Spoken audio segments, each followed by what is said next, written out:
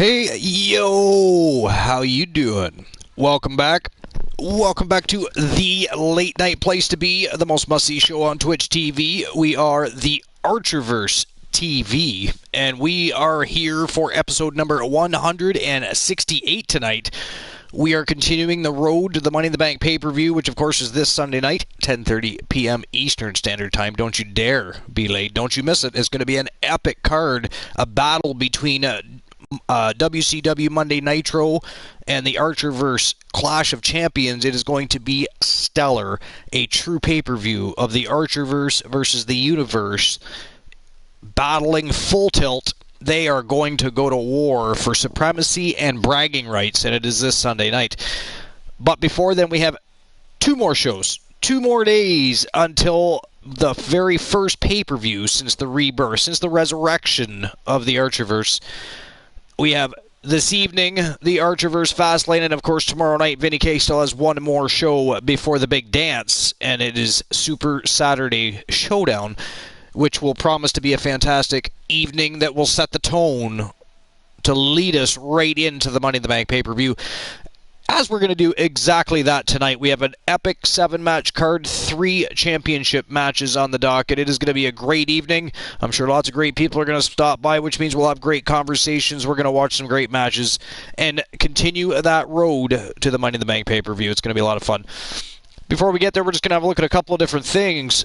Immediately, we're going to have a look at this screen here. We really haven't looked at this screen before, but this is a section we can come into before we start each show, and we can look at current news, latest news, historical stats. Now, since the rebirth of the Archerverse is relatively new, that means there's not a lot of historical stats yet, so those grayed out areas will fill themselves in as time goes on.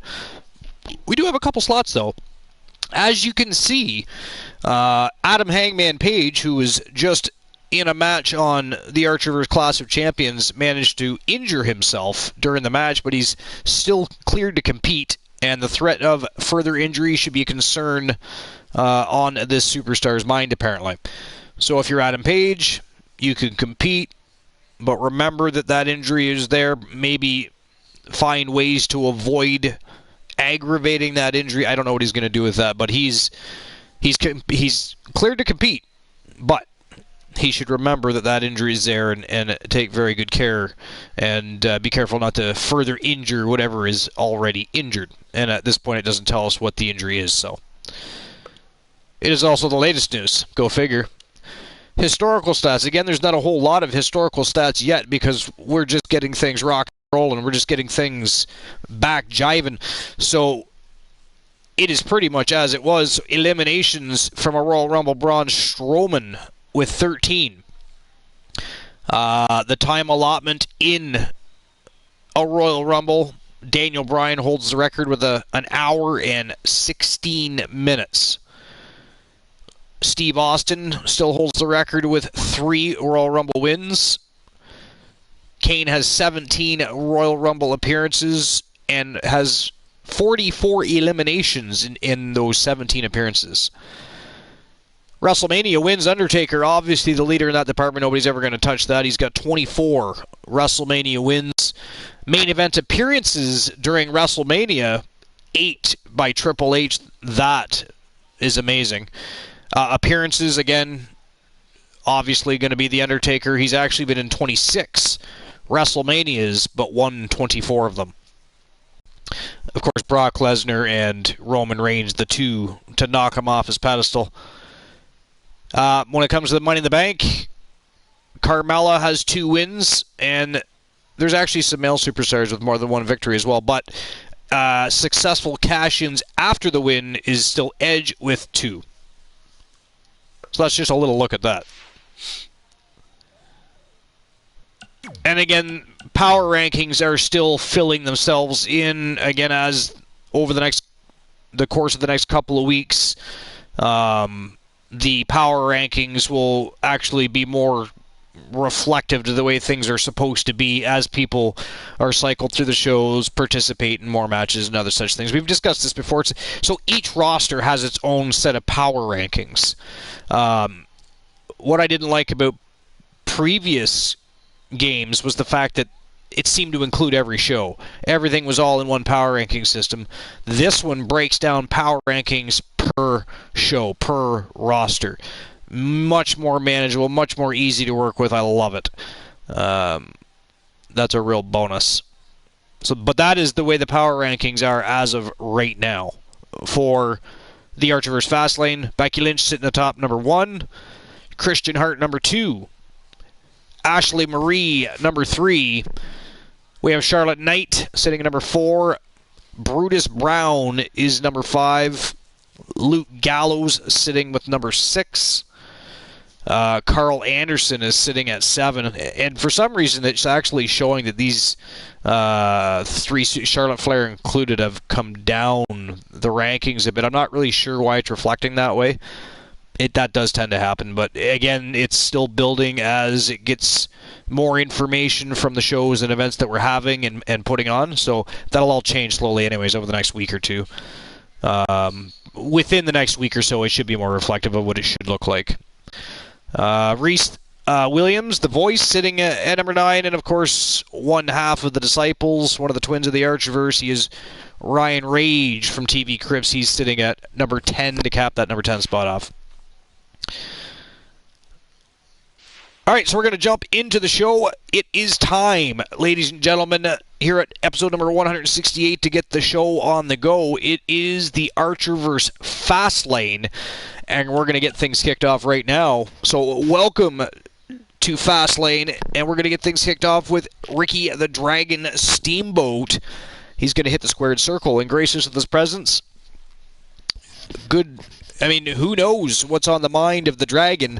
I don't think any of the fans are going to really care. They're just going to simply care that he's there. He's coming to the ring. He's gracing us with his presence. He is one of the best of all time.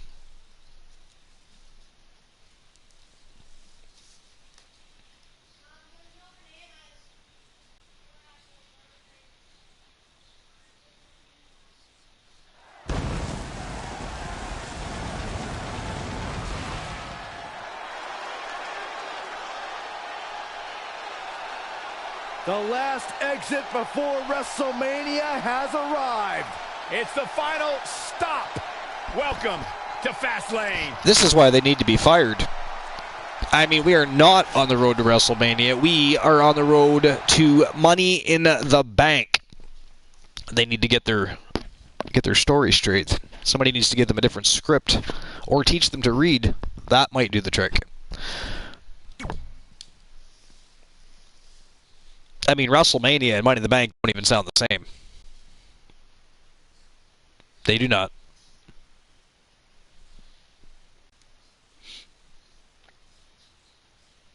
Ricky the Dragon Steamboat, one of my favorites from childhood, actually. Some of my favorites from childhood: Junkyard Dog, Big John Studd. I mean, the colorful characters. Coco Beware. He always came in with that parrot. He was awesome. He was a lot of fun. High energy kind of guy. Ricky the Dragon Steamboat, Randy Macho Man Savage, Bret the Hitman Hart's my favorite of all time. You know, I eventually liked The Rock and Steve Austin, but they came later. I got to appreciate great wrestlers before I got to appreciate not just... I mean, I have arguments with people all the time. People will tell me Austin couldn't wrestle. Well, clearly he didn't pay attention to his entire career because he wasn't called the Ringmaster for no reason at all.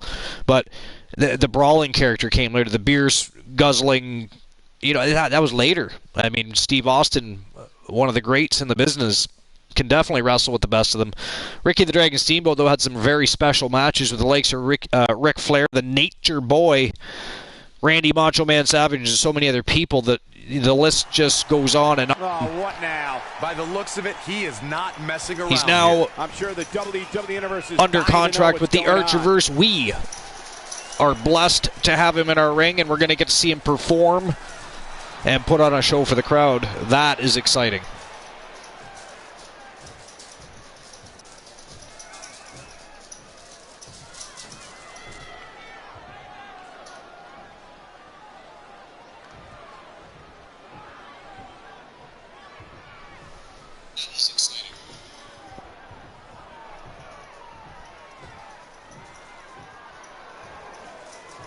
Oh, here we go.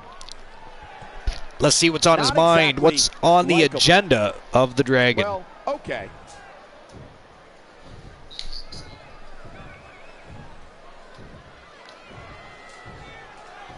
He's got something serious he wants to talk about.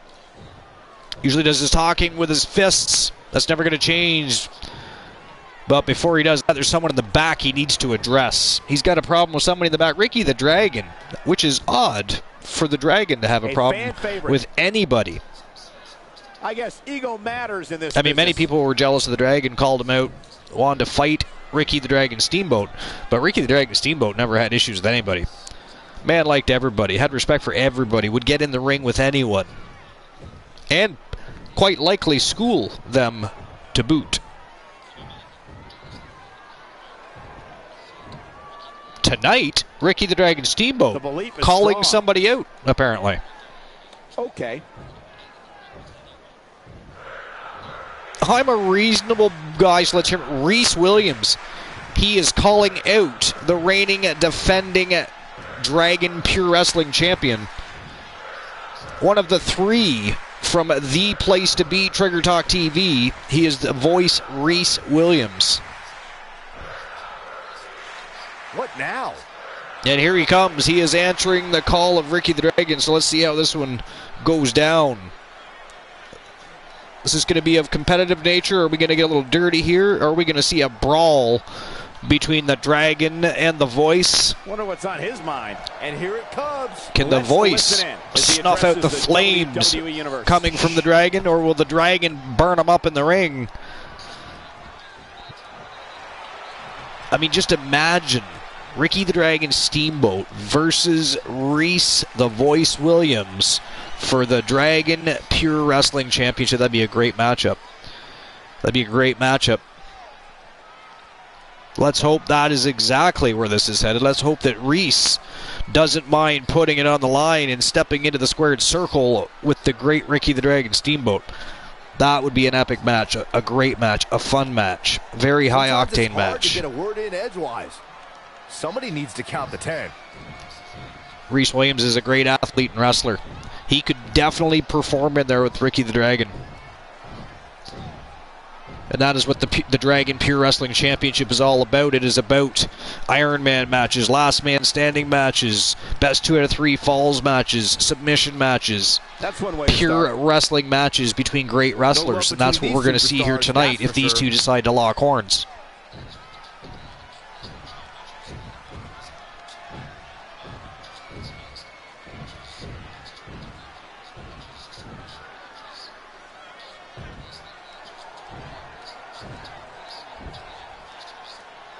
One of the most so far, everybody keeping their composure. I mean, I didn't expect the Dragon to, try to rip a strip.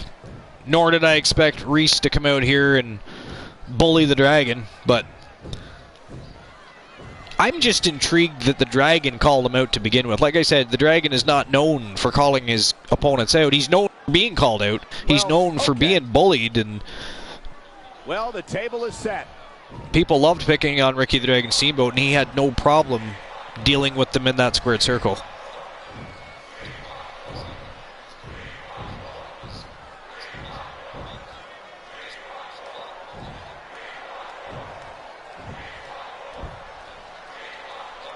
Seems to be a lot of anger behind those words. Bad blood is a-boiling.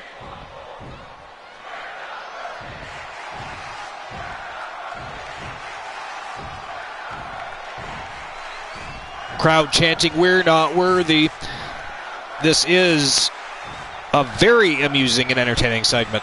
No fisticuffs so far. They're keeping their composure, but they're getting business done, and we're probably going to get an epic match out of this.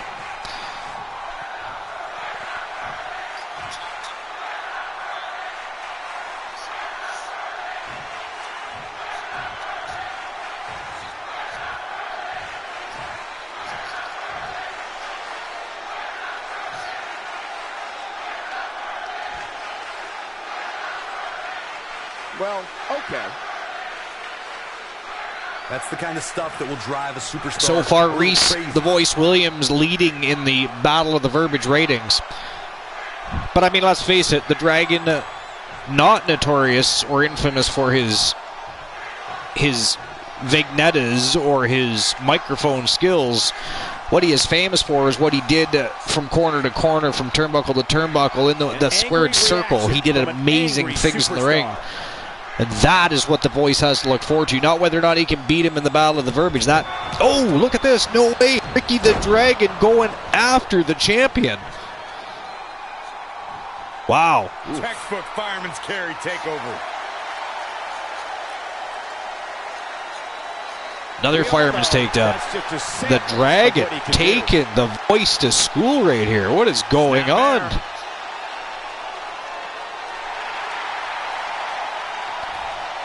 Wow. Chop combination. Across the Dragon all over Reese the Voice Williams with a series of strikes, chops to be exact, to the throat, to the chest. Oh, read him there. Oh, the Voice with a reversal here. Going to try and get a little payback. The Dragon caught him off guard. I mean, who would have expected Ricky the Dragon Steamboat to attack him? That was savageness from the Dragon. Most certainly caught Reese off guard. Caught us all off guard, I'm sure. What's this? Down. The Chinoku driver. Wow. The Dragon not moving here. Uh-oh. Nice Hurricanrana. Ricky the Dragon Steamboat feeling the pressure now. Yeah, but he's not breathing heavy yet. Was this one ruled a no contest? This is the case of a referee not understanding the responsibility that goes along with having so much power. Well, I didn't expect that to happen. I mean, anything's a possibility. You never say never in the wrestling business, right? That's just the way it goes. But who in their right mind would have ever expected Ricky the Dragon, of all people, first and foremost, to call out Reese Williams? Second of all, I mean, he started that brawl. He started that fight. He sucker punched Reese the Voice Williams. This is fantastic. I mean, Reese accepted the challenge. Ricky the Dragon and Reese the Voice Williams are stepping through the ropes to go to war over the Dragon Pure Wrestling Championship later tonight. That is awesome. That is exciting. I cannot wait for that matchup.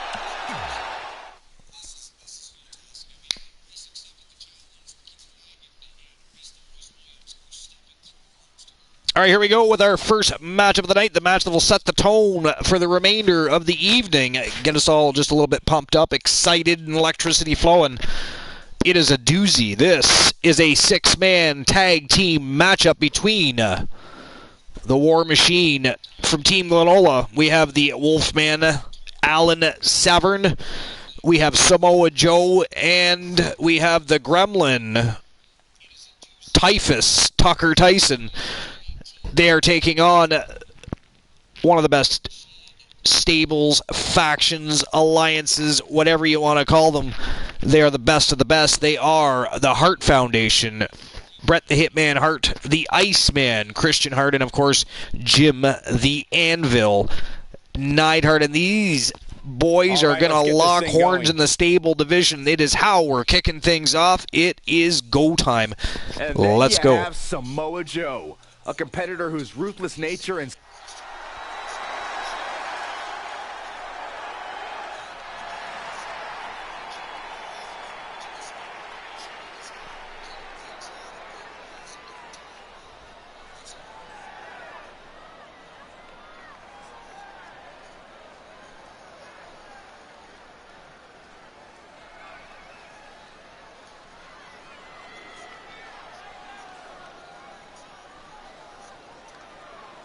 And here he comes, making his way to the ring. Actually, making their way to the ring. From Team McClink 77 and from Team Glenola, they are the Gremlin, Typhus, Tucker Tyson, Samoa Joe, and the Wolfman, Alan Severn. Weight of 812 pounds. the War atmosphere inside Machine. This arena for this one is absolutely insane, guys. And if you think this is insane, just wait until this thing kicks into high gear. You ain't seen nothing yet.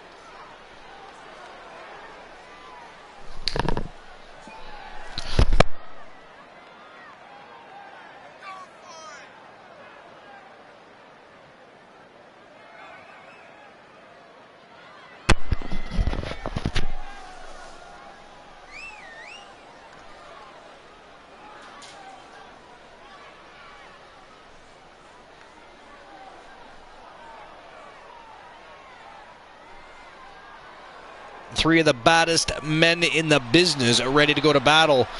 And a battle it's going to be, because the Hart Foundation, one of the best in the business, and they are not coming to play. They are coming to pick up a victory and march towards the Tag Team Championships.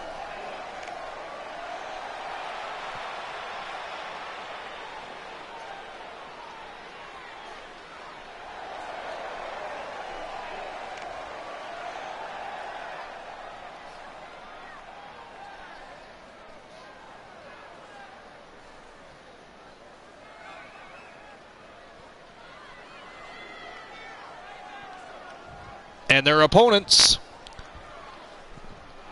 being led to the ring by the reigning, defending Archerverse World Heavyweight Champion.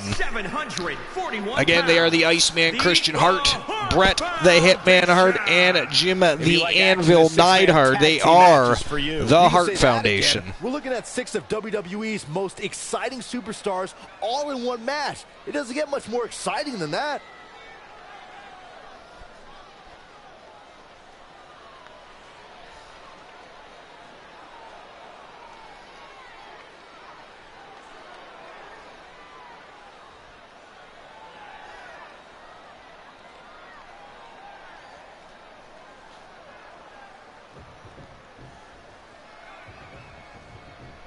And here we go. It is officially go time. 6-man tag team action. Standing opposite is Samoa Joe, who wants nothing more than to see his opponent torn limb from limb. Picking up a win is just an afterthought for the single-minded destroyer. Nice dragon screw leg whip by the Iceman Christian Hart. Not taking any chances with the powerful Samoa Joe, starting things off quickly and taking him down to the mat. But now in comes Jim the Anvil Neidhart, somebody that can actually match power with Samoa Joe. I don't know what he has planned. Can match power. Must be mindful of the referee's count. And excellence in the ring. Look at that. He tagged right back out.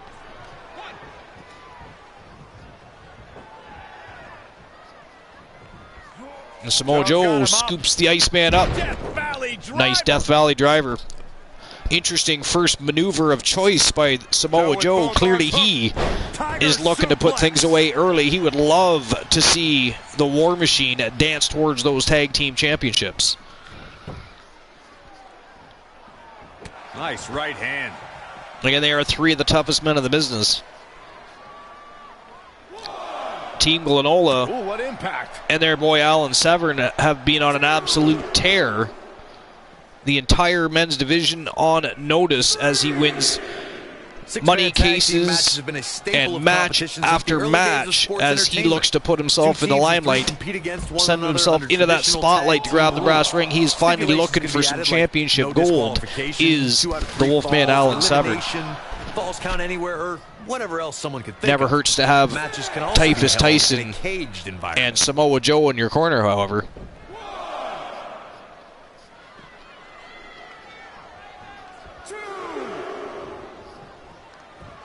And he's heading back in. 6-man tags can be fought under so many different types of stipulations. They keep chasing Teams each can be other part into the of a ring. faction, or 3 superstars have aligned because of a common interest. The most crucial aspect to a 6-man tag team being successful Just is go that out and trio's outside the ability ring. to act as one cohesive unit. I mean, how long are they going to do that for? At all times. So much can take place during a 6-man tag match. Regardless of what type of match the teams of 3 are competing in, the members of that team must be on the same page. Oftentimes, the teams who have the best continuity are the most successful.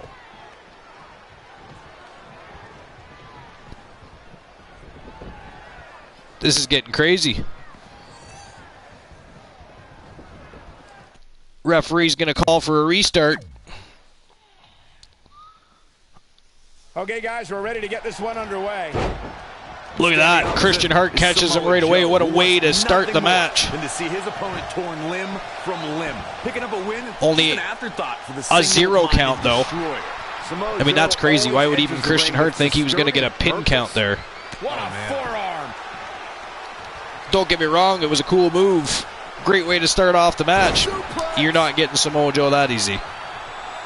In off the tag. Comes in off the tag.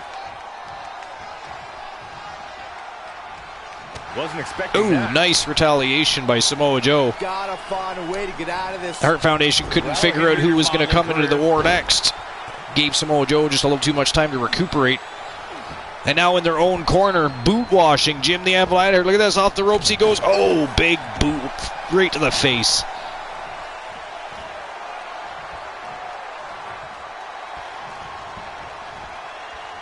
Uh-oh, Joe's got the knees crossed and crushed.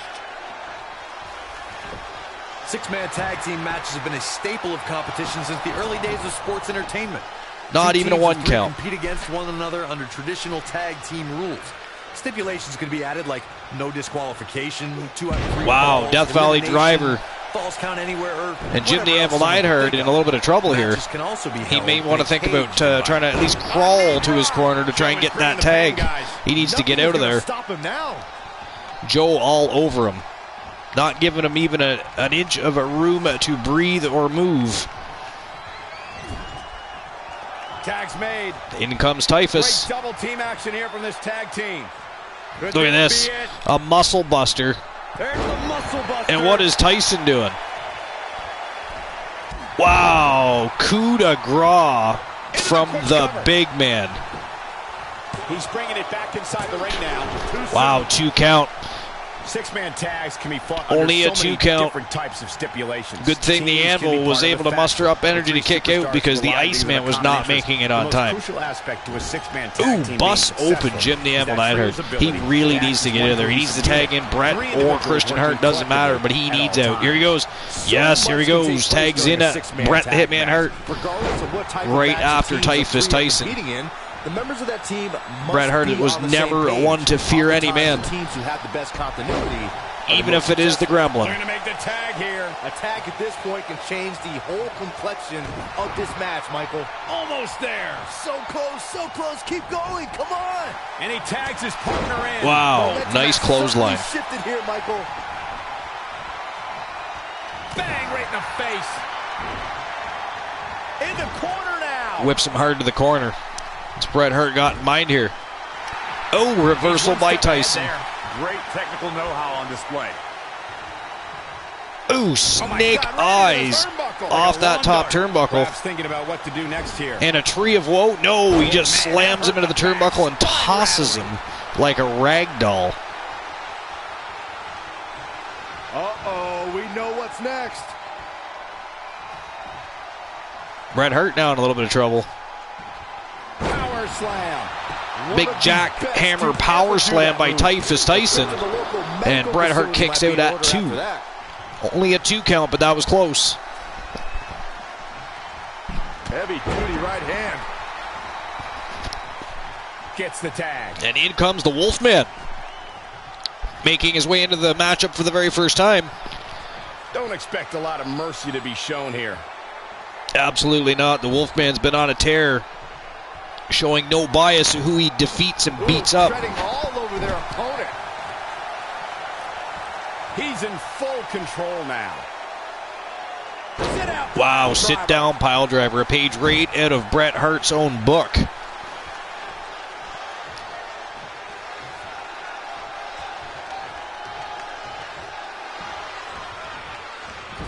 Whips Hart hard to the corner. Boom, what a Ooh, right. big right to the forehead. Oh, savage. Just slams him face first off the canvas. Back in comes Tyson. He's getting closer, Corey. Look at his partner. He But the wants Anvil in in knocks the him right off his feet. The reverse big clothesline. and gets the tag. Ooh, look at this. Military press slam. Big show of strength from Jim the Anvil Neidhart. Oh, man, that was Maybe this is just what they need to get the Hart Foundation back on track. Oh, spoke too soon. What a reversal. A quick DDT out of nowhere by Typhus Tyson, and back in comes Alan Severn. The Wolfman back on the hunt. Now in full control. Sit out, pile Another driver. sit-down pile driver, this time into the Anvil.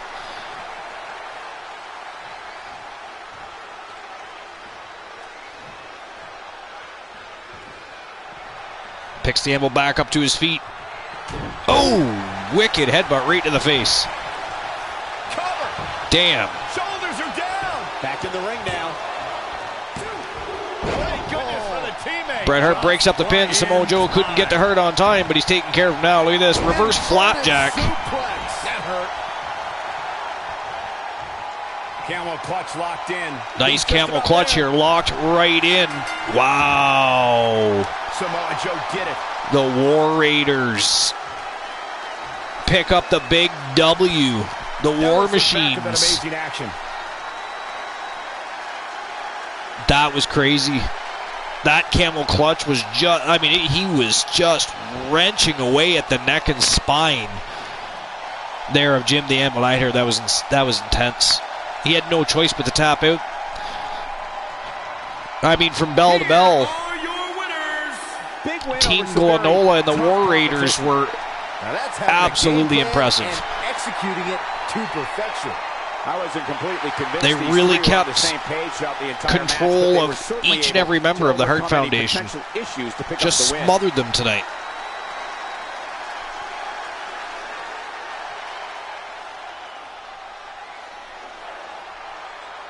Wow, what a way to start off the evening. The War Raiders picked up a big W over one of the best in the business, the Hart Foundation, who were looking to chase the championship gold, but now it looks like it might be the War Raiders who are on more of a path towards the tag team belts than the Hart Foundation at this point. We shall see. But Sunday night is only 2 days away. It is Money in the Bank, and there's going to be a lot of titles on the line.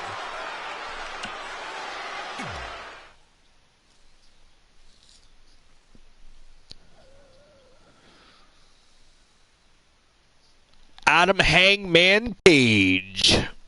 Adam Hangman Page, of course, came over from All Elite Wrestling. He's won one and lost one since joining the Archerverse. But he's an amazing talent. He is here to not just impress the universe and the Archerverse fans, but to collect some championship gold. And from what I understand, after losing his last matchup, he has a plan in motion, already has a challenger in mind to put him back on the right path.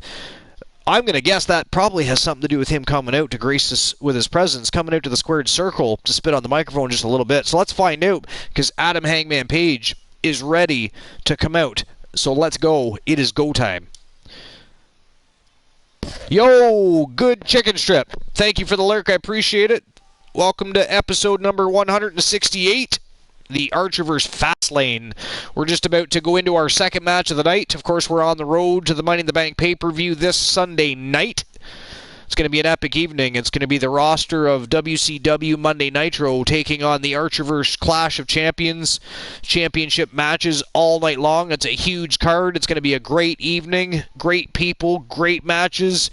You don't want to miss it. You don't want to miss this show or the next show, because these are the last two shows before this Sunday's spectacle, the very first pay-per-view since the rebirth, the resurrection of the Archerverse. Money in the Bank is this Sunday night. In the meantime, it is the Archerverse Fastlane, and we have a whole night of awesomeness planned. We just saw a great six-man tag team matchup between the Hart Foundation and the War Raiders. Now it's time to see what Adam Hangman Page has on his agenda, and then into the second match of the night we will go. Let's go.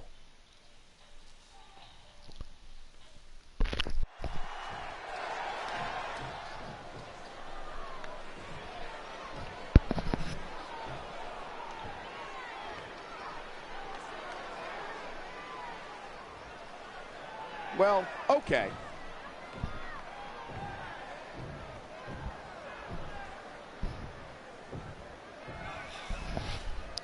Apparently there's some heavy stuff for him to discuss this evening. I'm interested to know, what is heavy stuff?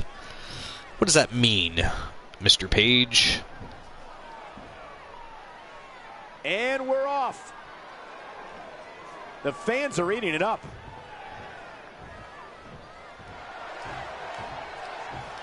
He prides himself on being the best of the best. It's one thing he feels has remained consistent in his career. But apparently he's got another mountain to climb. There's something that brought him out here tonight, and we're about to find out.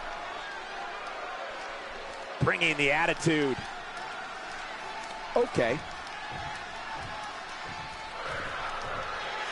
Yo, Tiliana, how you doing? Thanks for stopping by. Welcome to episode number 168, Tiliana. 168. The Archerverse Fastlane.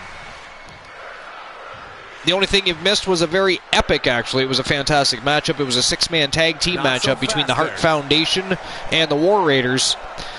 Now Mr. Page is coming out to graces with his presence. He has a plan to get on the right track after his last loss, and it looks like the Soul Man Jay Simmons is going to be at the butt end of that. He is calling out the man from Team J Negative Gaming. He's a man on a mission. He's not going to keep us waiting, so let's find out. The Soul Man taking zero time at all to come out and answer the call of Adam Hangman Page. This is going to be interesting. Ah, yeah, it was a great match, Tiliana. That was the very first match of the night. That is how we kicked off the evening.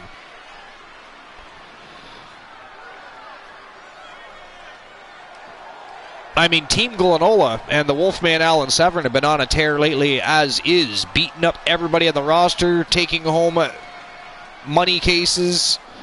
Tonight, joined his crew and took on the Hart Foundation. I mean, the road to this Sunday night's Money in the Bank pay-per-view is ablaze. It is on fire, and it is going to be fire. The next two shows, including this one, fire. You don't want to miss it. Make sure you're here, because we are on pace to elevate the Archerverse to a whole new level. We are going to blow the roof off of every arena over the next few days. Starting tonight, ending. Actually, not ending. Continuing on this Sunday at Money in the Bank. Confidence is good. Arrogance is not. Walking a fine line there. The fans are eating it up.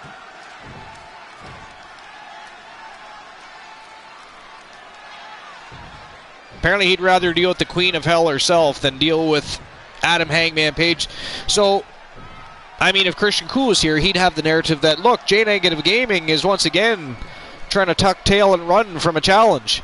Okay. I'm not saying, I'm not implying anything. I'm just saying that's what Christian Cool would probably say. If he was here, he would say something similar to that. And that's what I got out of that sentence, is I come out here and answered your call-out, your challenge, but I'm going to find a way to make sure this doesn't actually happen, is what I got out of that little segment. The belief is strong. I'll have to watch it back later, and my answer on how I'm doing is different depending on whether you're asking customer service. But hold on, I gotta bring up my dashboard. I hate the console chat room. Whether you're asking customer service face or real face. Bad doesn't even begin to describe. Well, just tell me both. These superstars. You mad, that'll cover bro? both angles. I guess so. You don't want to leave me hanging with a cliffhanger of some sort.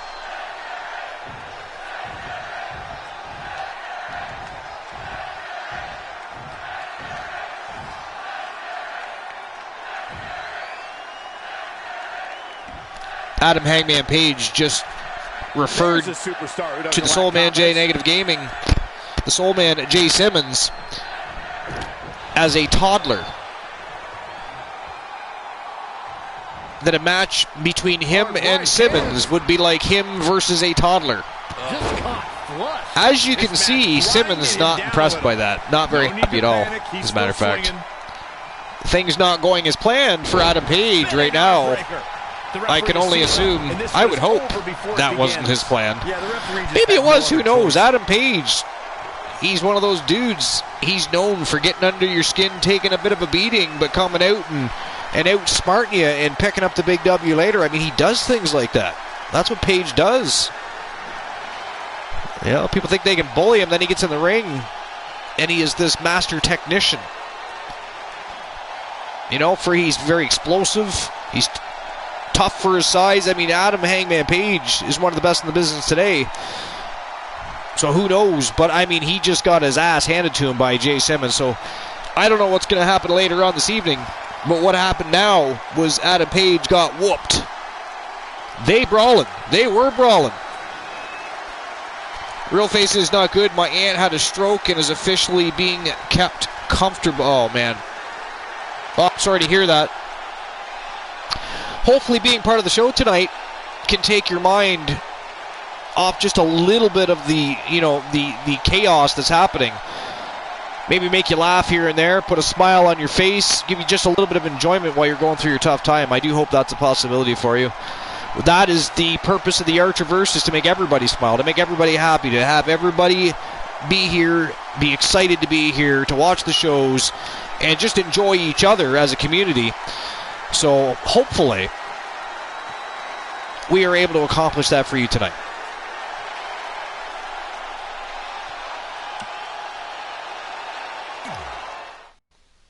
All right, here we go. We're going to get things kicked off, get the show back on the go. It is matchup number 2 for the evening. And ladies and gentlemen, it is Adam Cole, baby, taking on Uptown B. Henry. Another one of the 3 from the place to be, Trigger Talk TV. We've now seen 2 members. Or we're about to see the second member. I guess technically we haven't seen both members yet, but we are about to see the second member. I mean, how blessed are we? 2 of the 3 from Trigger Talk TV on one show. That almost never happens, right? We are blessed. What a great time to be a professional wrestling fan. What a great time to be a fan of the Archerverse and to be here just 2 nights away from this Sunday night's Money in the Bank pay-per-view. I mean, the matches we have are stellar. The things are just getting heated. We're just getting started. Let's go. Let's see what Adam Cole and Uptown B. Henry can do. I would imagine they are going to light that ring on fire. So let's go.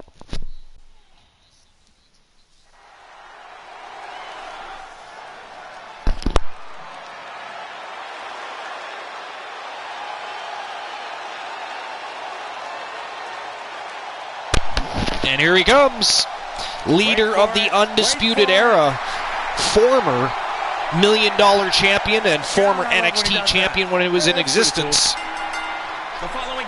He is Adam Cole, baby. Making his way to the ring, representing Undisputed Era from Panama City, Florida. Did I not just say all that? Is he copying me? What the fuck? What is wrong with him? I just said all that. 2 title matches in the same night. I need somebody to ban him. Defending the tag team titles on one night, and then later on that night, do we have a mod in the house? Can somebody please ban him? North American champion in NXT. Ban, or here's more specific. Could you please ban Mockery? Let's ban Mockery. I'm not impressed or amused by that. How dare he? Cole accomplished before arriving in NXT. Once upon a time, Cole was a key member of a certain treacherous. Where's Bromer? Bromer, stop lurking. Also boasted leaders like I feel like he's lurking right now. Maybe not. It is still early. I could be wrong. I'm wrong all the time. Ask my wife. She will tell you.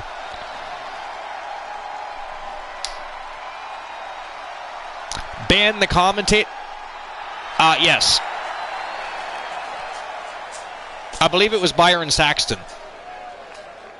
And if he's already banned, just ban Mockery. That works too. Oh, you're not a mod, are you, Tiliana?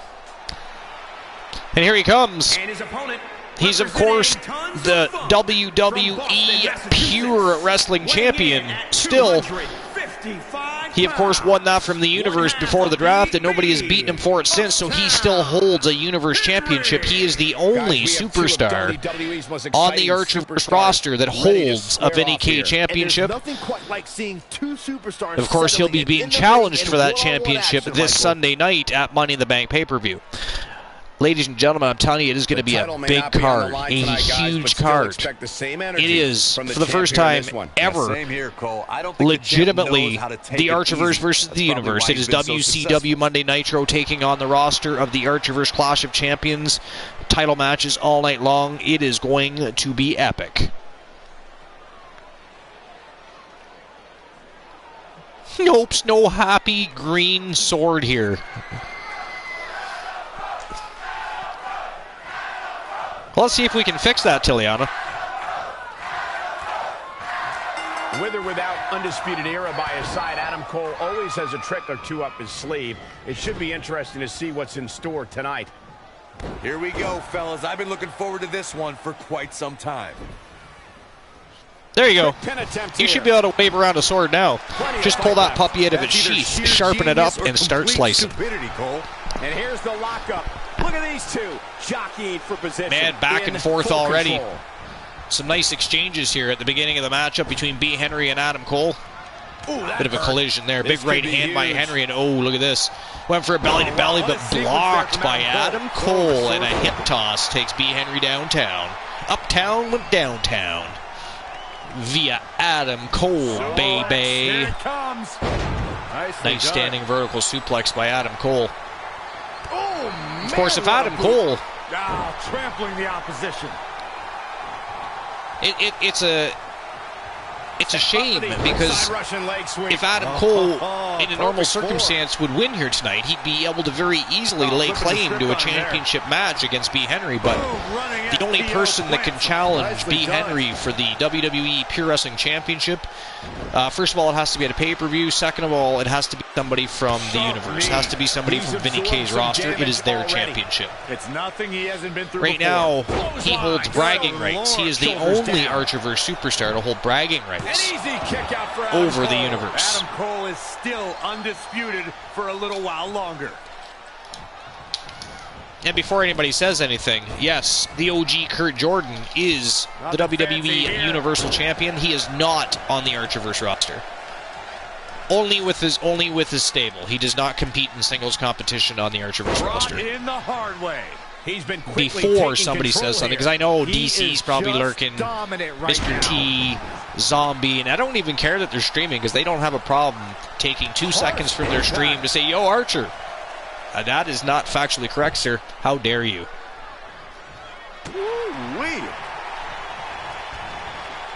That's, of course, why they're leading generals at the Archerverse. They keep me on my toes, make sure the show stays legit. We got to know our shit. Just malicious. Insulting.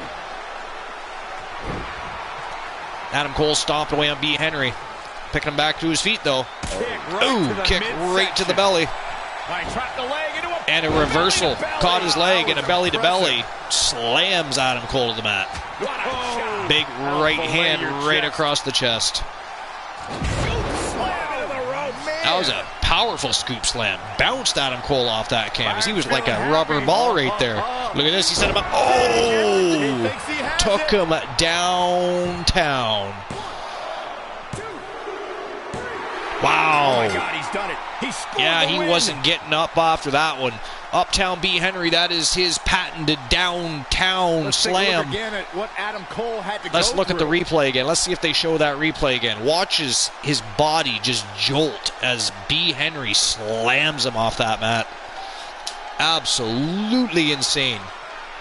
By the way, later on tonight, after the main card for the Archerverse Fastlane, we are going to have the debut of a brand new superstar, streamer number 46, ladies and gentlemen, debuting in a dark match tonight. A dark match. And from what I understand, they may be showing up tomorrow night at Super Saturday Showdown. Thank you for tuning in tonight, folks. Perhaps to grace us with their presence in the ring to have a match. I don't know. I don't have all the details. We all know I am last to get those. But needless to say, this evening, immediately following the Archerverse Fastlane, we are going to get a quick sneak peek as the brand new superstar from the brand new team that just signed with the Archerverse.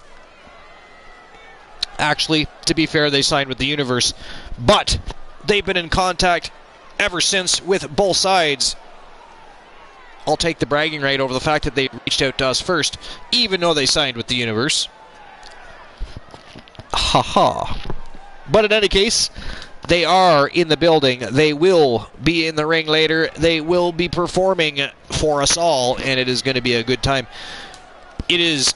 the only hint I'll give you is it is a brand new superstar that's going to be running wild in the women's division. That's the only information I'll give you.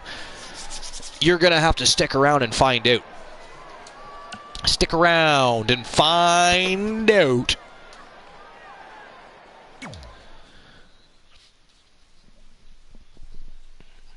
All right, here we go. Our next match of the night. Oh, look at this. I mean, we didn't have to wait long for that, and that is excellent because these two are going to go. This is going to be a battle. Adam Hangman Page and the Soul Man. Jay Simmons just about to lock horns. They are ready to go. It is go time. Who's going to take this one home? Let's not forget that the Soul Man, a champion chasing gold here in the Archerverse. He is the Twitch Evolution light heavyweight champion, and he would love to take that status, take a big victory over Adam Page here tonight, and march straight towards one of the Archerverse championship belts. Let's see what happens, because these guys are both hungry, both on the hunt, and both want to be wearing a championship gold this Sunday night. So let's see what happens. They are ready to go. It is go time.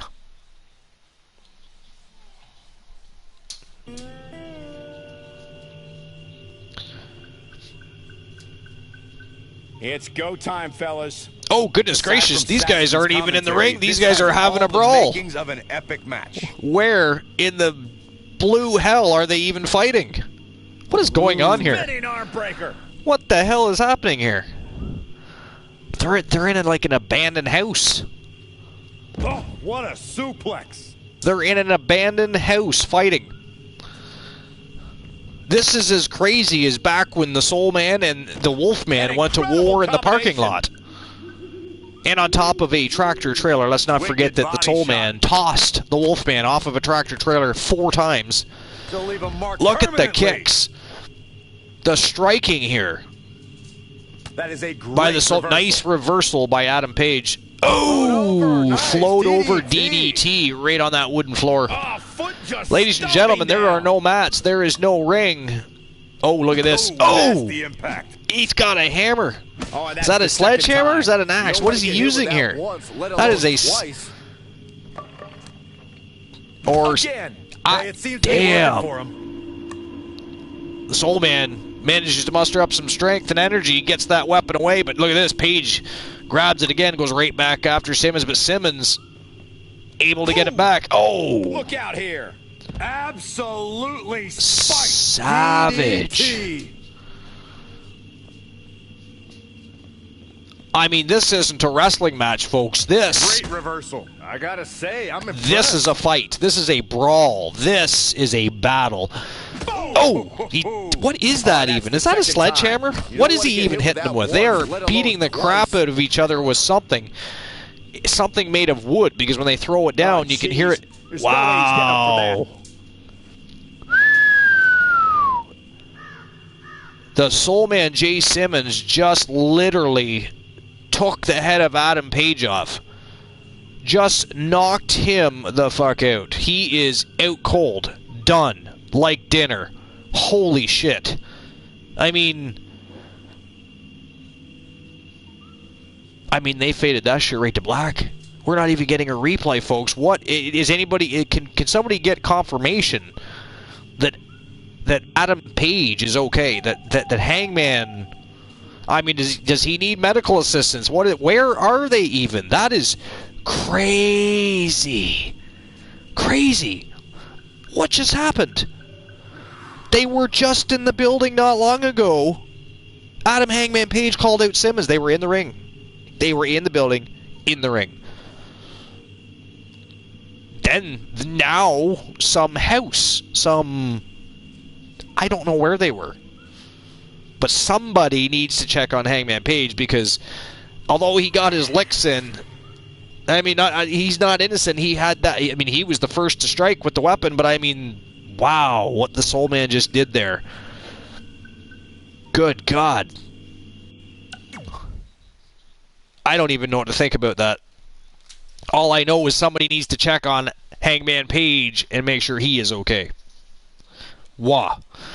In the meantime, it's time to keep the show on the road. We'll keep you updated. We'll let you know. Because Adam Page, folks, if you were here at the beginning of the show, we took a look at the latest news, and Adam Hangman Page was injured. He was cleared to compete, but he had a slight injury, and he was warned to be careful what he was doing, so not to further irritate the injury or cause more injury to himself. I mean, that entire promo segment, the battle of the verbiage between the Soul Man and Hangman Page, I didn't for one moment think, oh, hey, these guys are going to have a brawl in some house. I mean, what the hell was that? Where the hell was that?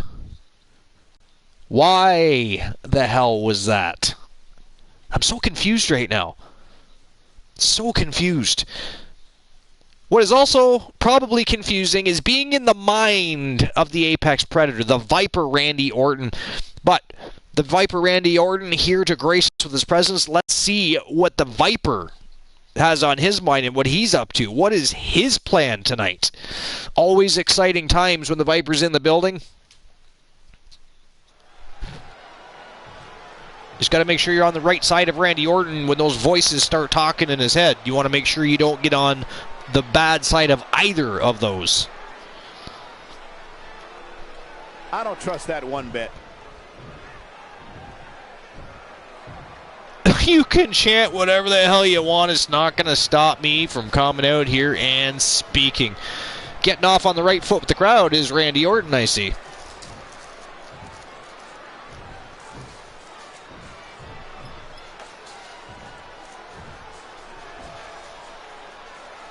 Poking the bear. Poking the bear. Randy Orton loved to do that. Okay. They don't call him the Legend Killer for no reason. He didn't take out some of the top names in the business because he didn't walk into that bear's den and poke the shit out of the sleeping bear. He didn't just walk in and poke the bear. He walked in and drop kicked the bear, and then out of nowhere with an RKO.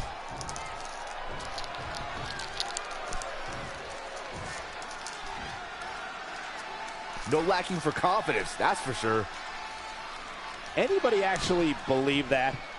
Well, I have to go back later and clip that. Yes, you'll have to go back later and clip that for sure. It actually says wheel, not well, but I understood at least. Miraculously, considering I literally just read that off of the console chat room, which is hideous. Oh, come on. Atrocious. Awful. Terrible. Bad. Crappy. Shitty. Fucked up. Broken. I mean, I could keep going on.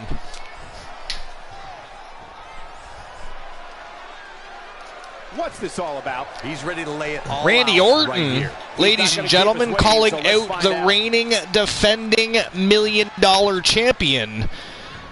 And now we've got a trifecta. We finally have the third member of the place to be, Trigger Talk TV. He is the villain of the Archerverse, a multiple-time champion. And his name, Kareem Key Woods. Answering the call very quickly of the Viper, Randy Orton.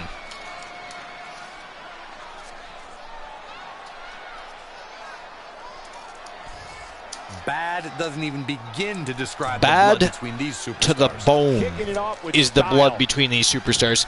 We all know these two have met on two different occasions. They have drawn one apiece. Randy Orton actually defeated, albeit cheated.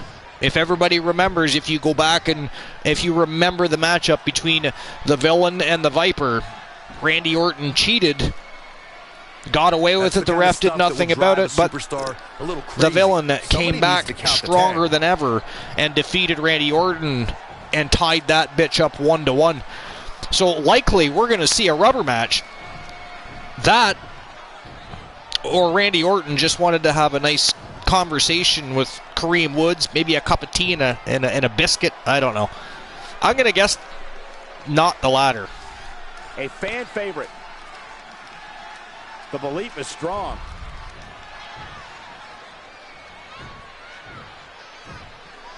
So far, the villain ahead of the Viper in the Battle of the Verbiage. These guys can both go in the ring and the mic, so this is going to be an interesting one to follow. The big question is, does this promo segment make it to the end, or do they end up in fisticuffs? Is there going to be a battle, a war, a brawl? Speaking of brawl, I'm still kind of... Is anybody else kind of weirded out that we expected a wrestling match between Adam Hangman Page and Jay Simmons, and somehow they ended up in, well, somebody's house? Or a house. I hope nobody lives there anymore. The only fucking person that probably could live there is either like the Nightmare or ZM, the French Paradox. ZM or the Nightmare. Those are the only two people that would probably... Oh, maybe Bray Wyatt. I guess there's a few. Maybe The Undertaker, Mankind. There's a few that could probably... But I mean, let's have a look at these people that could live there, shall we? For one moment. Actually, let's leave The Undertaker off that list and not talk about him. Actually, let's not talk about any of them. Anything around this place. Let's not and say we did, and we'll just end that conversation now before Archer gets hunted down by one of them. I mean, we can't have that. If Archer dies, Mr. T, Zombie, and Cool will raid my channel, take it over, and then God knows what happens to it from there on forward. He will be selling his socks from Amazon.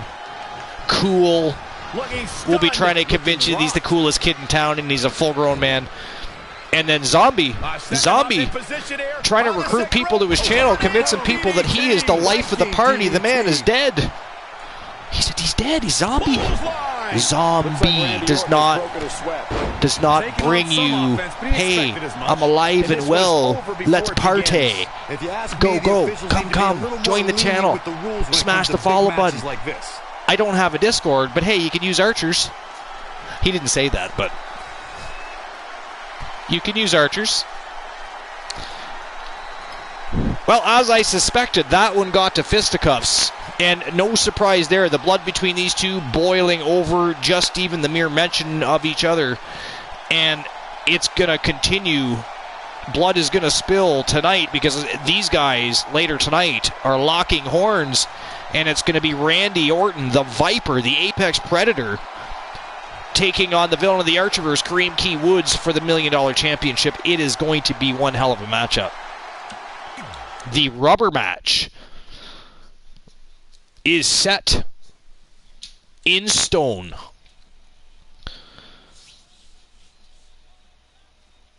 And our next matchup of the evening, the Kabuki Warriors taking on the former Archerverse World Women's Tag Team Champions, Ashley the Diamond Marie. And then, of course, we have Charlotte Knight.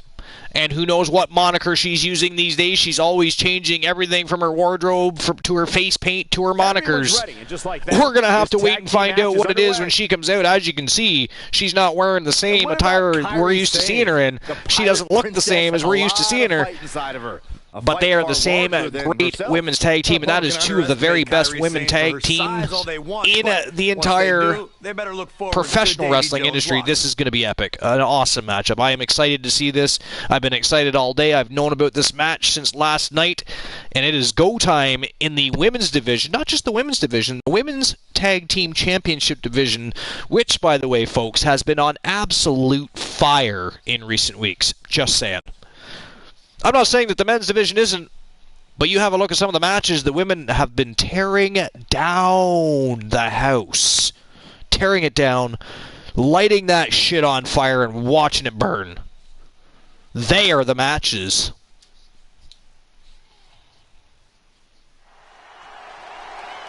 And here we go. It is go time.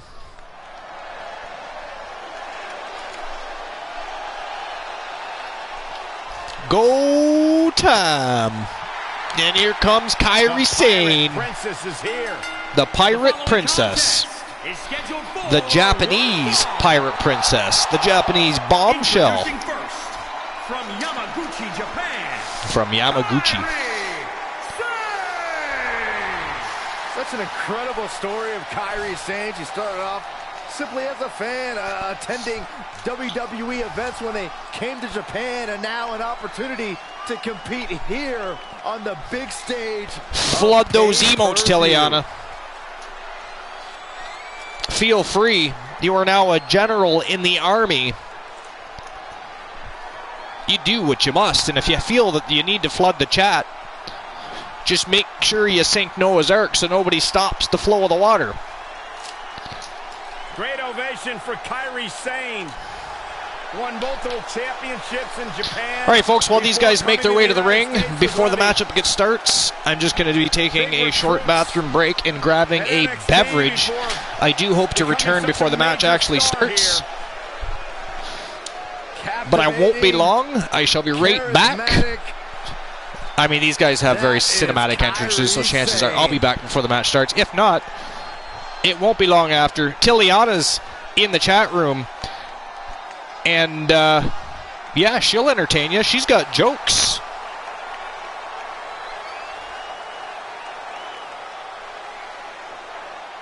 Welcome. I'm not really sure why that Stream Elements message says response message. I'll have to look into that later. Anyways, it is pee time, Tiliana. It is drain the bladder time. Mostly because I'm not wearing a diaper, it depends, and it will make a very big mess, so I'll be right back. Got jokes? Well, hey, you tell whatever joke you want to. You tell whatever joke you want to. I will be right back. No bad jokes, though.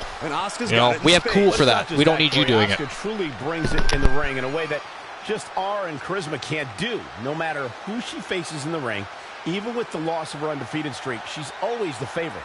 I certainly wouldn't bet against Asuka tonight, or any night, to be perfectly honest.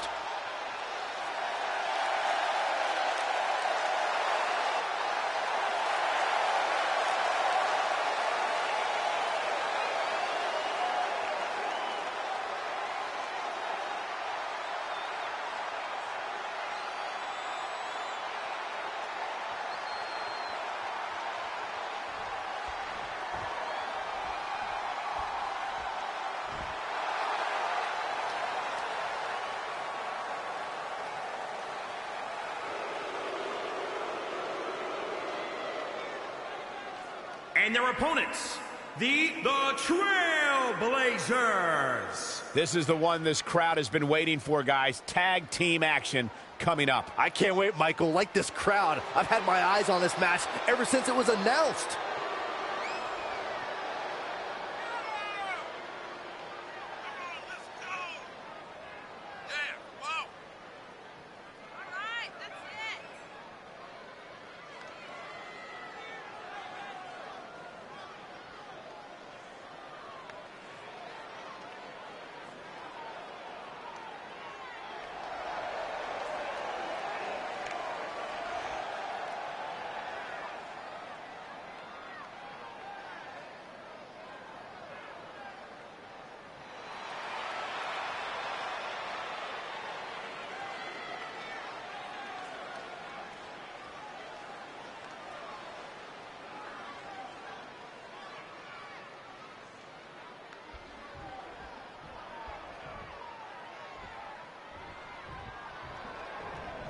Okay, guys, here we go.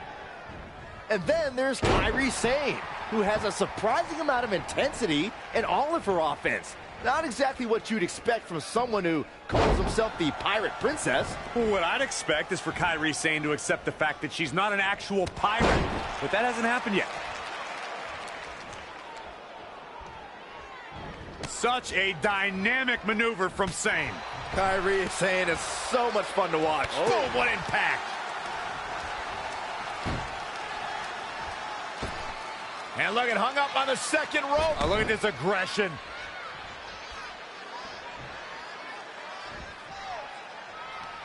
Sane has her own.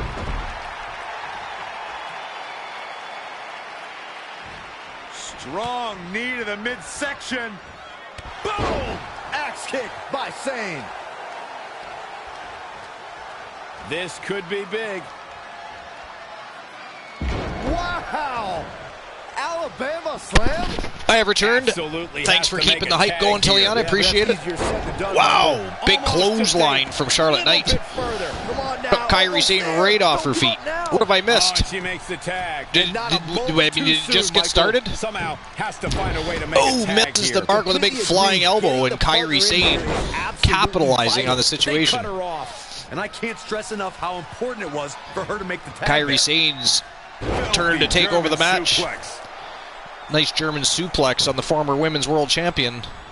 Also former women's tag team champion, women's United States champion. She is a very decorated superstar in the Archerverse. Producing a trampling. It's only been about 10 seconds. Well, it's been a great match so far then. In a bad way here, guys. I mean, Charlotte Knight was in control when I first came back, but now Kairi Sane taking over for the Kabuki Warriors. Oh, nice standing drop kick. Look at that. Are you ready for Asuka? Is Charlotte Knight ready for Asuka? We're going to find out. Oh, big spinning back fist right across the jaw. Look at that, just tags. Just come in to punch her in the face and out she goes. Oh, nice calf kick by Ashley Marie. It sounds like there are a lot of people here tonight hoping for the exact same thing. She's so close to making the tag. And if she doesn't, I don't see how they can win this thing. That's how important this tag is right now. Ooh, big running leg drop, and here comes another. How about another? Wow. Ashley Marie has full control of Kairi Sane right now. Nice fisherman suplex, a.k.a. an exploder suplex, but it is indeed a fisherman's suplex. And she kicks out at two, pinning Kairi. Kairi Sane powers out. No need for Asuka to interfere. Went to attack Ashley Marie, but Ashley evades. And look at that, a crucifix slam. But back in comes Asuka. Really needs to get to the corner and make Nice a big tag. standing drop kick. This match may be over sooner than later. So close, just a little bit more. Oh, but it's those last few inches that are always the toughest. She makes the tag. And look at her partner go. Good. Wow, another spinning back fist by Asuka. Ashley Marie's jaw is going to need some reconstructive surgery if she keeps that up. Wow, tornado DDT off the second turnbuckle. And Ashley Marie, oh, look at that. She sprung right back to her feet. I was literally just going to say she's in a little bit of trouble here. Oh, look at that. Armbar locked on, but a rope break. A rope break saves Asuka right there. She goes for the quick pin. Asuka gets the shoulder up. Only a one count. Not even close. I mean, Ashley Marie was in control, but I don't think enough to take out Asuka quite yet. But she stays right on the attack, not giving Asuka any room to move. Destroy your face. But a reversal, and now Asuka takes Ashley Marie down with a big drop kick. And here we go. Wow, and now Asuka with an armbar. A little payback. But Ashley Marie fighting back. She is not. Oh, big fists to the face, and she fights out of that armbar. Wow. Nice reversal by Ashley Marie. Also a former women's champion, by the way. And current reigning defending Archerverse Women's World Champion and Archerverse Women's United States Champion. A missed attempt there. She was one half of the Women's World Tag Team Champions. Asuka's trying to get in her Ashley Marie, like Charlotte Knight, also a very decorated career thus far. Still has a lot of career left. She is a very young lady. And now Charlotte Knight going to battle with Asuka. Blocks the spinning back fist. Good thing it didn't look pleasant when Ashley Marie ate it on two different occasions. Desperately needs to make a tag here. I don't know. It's going to be tough to make it to the corner. Oh, look at that. Charlotte Knight not paying attention. In comes Kairi Sane right from behind, a big clothesline. A mistake by Charlotte Knight. And Kairi Sane now in control. The Kabuki Warriors back in control of this match. Kairi Sane, full speed ahead. Ooh. A big sliding clothesline right to the midsection. That will knock the wind right out of you. And she kicks out. But only a 1 count. Yo, Pyro King. How you doing, Pyro King? She got out of the way there. Well, Pyro King, we always use universe mode. Here at the Archerverse, we have our own universe, our own world. We have a constant battle between the Archerverse and the universe. This is an interactive league. We have 46 streamers with characters, progressing through characters, forming alliances, winning championships. We have 5 shows per week. We have 4 shows in the regular season with the Archerverse and the universe, and then once a week, we have Twitch Evolution, where the streamers and viewers that have wrestlers signed to the Archerverse and universe compete against one another, which is fantastic for the viewers because with the brand split, you might not see certain superstars, certain streamers in matches together, except for at pay-per-views. So the new Twitch Evolution is a fantastic new league for the streamers and viewers. We had our very first one on Tuesday. But now we are on the road to the Money in the Bank pay-per-view this Sunday night, Jarring European uppercut.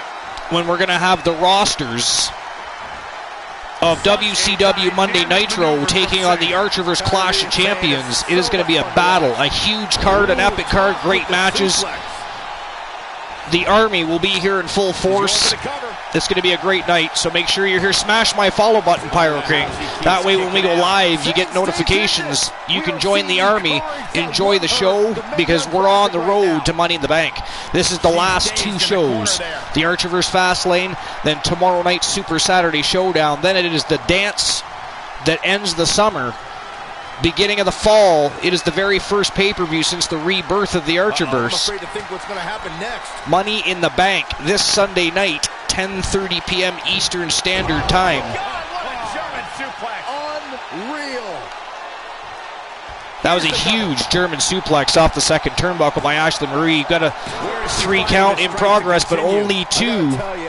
Kairi Sane kicks out. Kairi Kane, I said. Good for me. I cannot speak English. I do attempt, though. Look at this. The Trailblazers taking Kairi Sane upstairs. Big back suplex off that second turnbuckle. So Pyro King, certain characters you see like the Diamond Ashley Marie, like Charlotte Knight, they belong to streamers. We have 46 streamers with wrestlers. They are all signed to either the Archerverse or the Universe. The Universe has 2 shows a week. The Archerverse has 2 shows a week. They are in constant battle. Comes in off the tag. It is a constant war. Here at the Archerverse, we do not have Vince McMahon, our tyrant. His name is Vinny K. And his WWE Universe is partially owned by the Archerverse. We own 49.5% of the business. But we like to do things our way. Vinny K likes to do things his way. Therefore, there is a constant struggle for power. It is a battle, a constant war. And this Sunday night, things are going to get heated. We are going to burn down the house this Sunday night. And the Archerverse plans to defeat Vinny K and the Universe. Such a dynamic maneuver from Sane. And continue to be the leader in the ratings war. Nice forearm right to the face. I think Kairi Sane might be out cold right there. I mean, she may as well just pin her right now. But Ashley Marie apparently not done. Picks her right back to her feet. This is not going to end well. And a nice fisherman suplex. Takes an already knocked out Kairi Sane back to the canvas. Ashley Marie clearly feeling a little bit savage tonight. Look at that, she was just waiting for Sane to move, but Sane's not moving. She's finally going to pin her. Wow, wasted way too much time. She could have had that 3 count, only got a 2 count out of that. Nice reversal by Ashley Marie. But Kairi Sane whips Ashley Marie hard to the corner.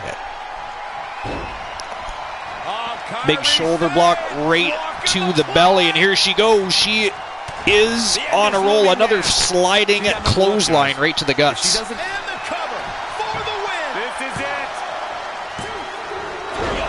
Oh, that was close. Charlotte Knight just barely got there in time. Here we go, armbar locked in. Kairi Sane in all kinds of trouble. Oh, but Asuka breaks up the submission and now very quickly breaks up the pin. I mean, she hadn't even left the ring yet, and Ashley Marie tried to sneak in that pinfall. That wasn't happening. Absolutely saved her partner. Ashley Marie now whipped to the corner. She is right in the middle of no man's land. At least if you're part of the Trailblazers. In the nest of the Kabuki Warriors, not the place to be. Wow, Kairi Sane feeding the knuckles to Ashley Marie. Submission locked in. Tap. This could be it. Wow, look at this. So fast. Ashley Marie kicked out of it. Yeah, but it's got to She fought out of that. Before she gets picked off here. Suplex. Crazy. And Kairi Sane in all kinds of trouble here. She is in desperate need of a tag. She needs Asuka to get in there. But Ashley Marie making sure that doesn't happen. Here we go. Oh! Wow, look at this. Reversal by Sane. So much fun to watch. But Charlotte Knight having none of that. Oh, guillotine right off the top rope. Kairi Sane falling throat first right on that top rope. And there's the Uranagi by Charlotte Knight. And I think Kairi Sane either needs to get out of there or she might find herself on the losing end of this matchup. Look at that. Vicious strikes by Charlotte Knight. well measured.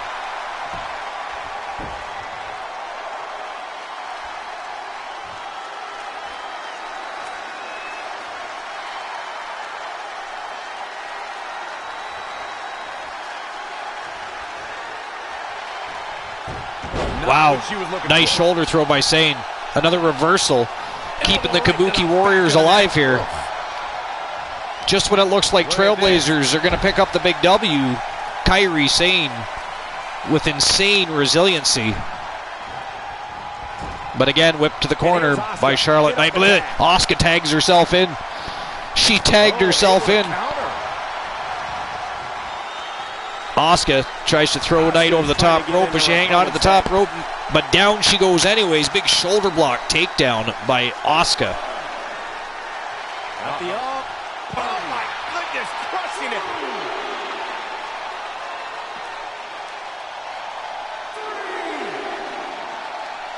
Nice reversal by Charlotte Knight. Gets out of dodge there. Went the clothesline Asuka, but Asuka blocks it, and a big punch to the face followed by a drop kick. This is bad, guys. And these guys now at a 5 count. Nice belly to back suplex by Asuka. 6 count. Oh, tosses Knight right into the steps. Uh-oh. And another belly to back suplex. Good Lord. At an 8 count here. Knight back to her feet. Knight dives back into the ring. Breaks the count, but Asuka gets back in the ring. Hooked up and wow, nice counter by Asuka, and another belly to back suplex. gets the tag. Back in comes Kairi Sane. The Kabuki Warriors with some quick tags in and out here, giving them each time to recuperate just a little bit, and they've got Charlotte Knight at the moment right where they want. Look at that Luthez press by Kairi Sane. Clean off.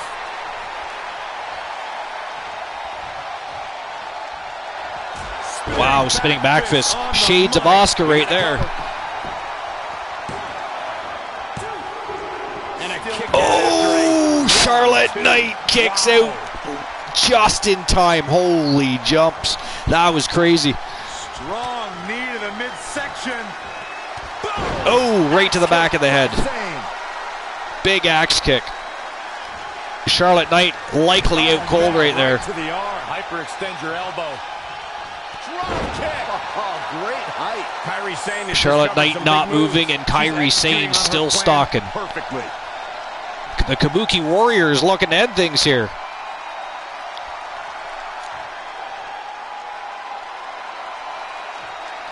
Needs to make it to the corner here, Corey. Kairi Sane giving her time to get up. That may be a mistake. Who knows? We're going to find out. But look at that. See? Way too much recuperation time. But luckily, Sane maintains the upper hand. Oh, big chop and punches to the throat. Look at the savage strikes. The viciousness by Kairi Sane here. Sane has her up. Oh! Alabama Slammer. And somehow Knight reversing. Tries to throw Sane over the top rope, but Sane holds onto that top rope, and look at that, a reversal, a guillotine by Sane. Anticipated that attack. She got it that time. Knight rolls back to her feet very quickly. And Sane didn't expect that. Got attacked by a big clothesline and sent her flying over the top rope and down to the floor.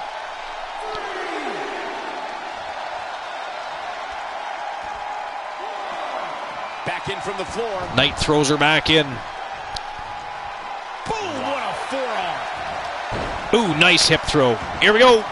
Arm bar locked, an arm bar and a wrist lock all at the same time here, but Asuka very quick to break up that submission attempt. Good thing, because Charlotte Knight probably would have had that one. She had that locked right in. But now it is Sane with a submission attempt at Charlotte Knight fighting back. What a match this is. She's looking a bit out of it here. This has turned out to be an epic match between two fantastic tag teams. The Trailblazers and the Kabuki Warriors putting on a clinic tonight, ladies and gentlemen. Walking the plank. Kairi Sane, full speed ahead. Well, hopefully your niece didn't have a sledgehammer. That could be disastrous, Tiliana.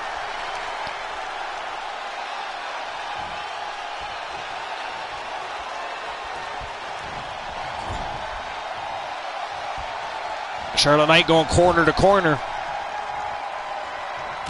Reversal by Sane. Nasty one right to the chest.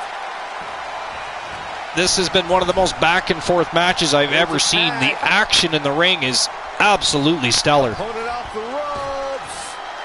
Just assaulting the big back body drop. Ashley Marie going for the pin. Sane stays in this. We are seeing the Sane kicks out at 2. The Mae Young Classic right now. What an exploder. Another fisherman suplex by the Diamond. She's got the Here we go. Down. Looking for that 3, but Asuka coming right into the ring quickly. Right there.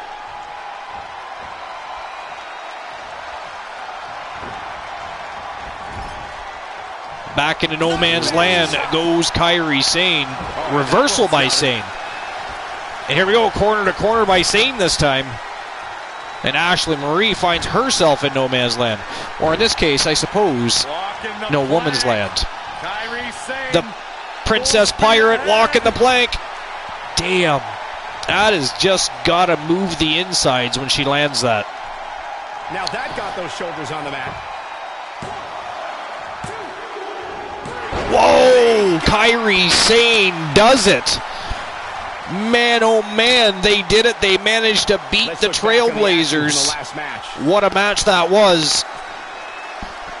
That was fast-paced, high-octane at its best in the tag team division. And not just the tag team division, the women's tag team division. And as I've said, the women have been on an absolute tear. The showings, the epic matches in the women's division have been awesome. Tonight, no different in the women's tag team division, as both these teams looking for that next shot this Sunday night at the tag team titles. You've already got Absolution, These women make an almost unstoppable pairing, Michael. the former Living Legends queens, Angelina and Anna Ramon, marching into Money in the Bank, challenging the champions. I mean, it could be Asuka and Kairi Sane next. The Kabuki Warriors might be next in line. We will see. But that was a huge win for the Kabuki Warriors over the former multiple-time women's champions and former Archerverse Women's World Tag Team Champions.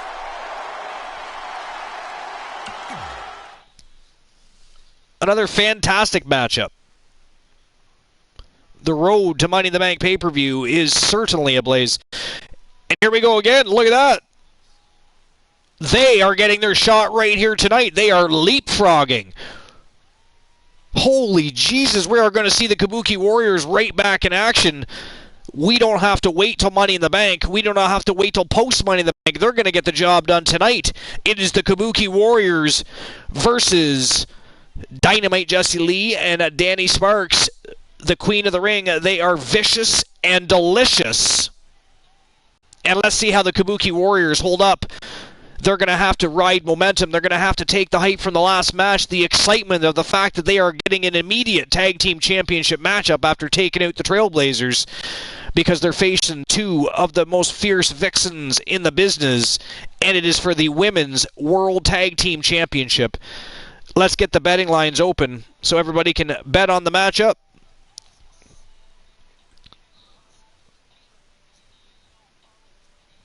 Will Vicious and Delicious retain their titles? Yes or no? You're going to have 2 minutes to make your bets, as always. And I'm going to open betting lines in just a moment. And these ladies are going to make their way to the ring for the Archerverse World Women's Tag Team Championship. Ladies and gentlemen, it is the beginning of the championship rounds. It is go time.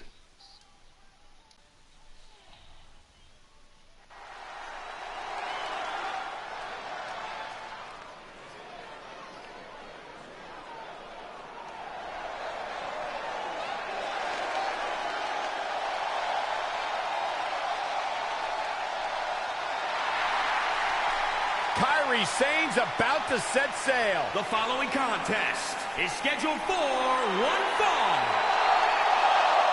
and is for the World Women's Tag Team. It wouldn't let me put vicious and delicious. Give me 1 second. Introducing the challengers. You can't use the word vicious, apparently. Yamaguchi, Japan, Kairi Sane.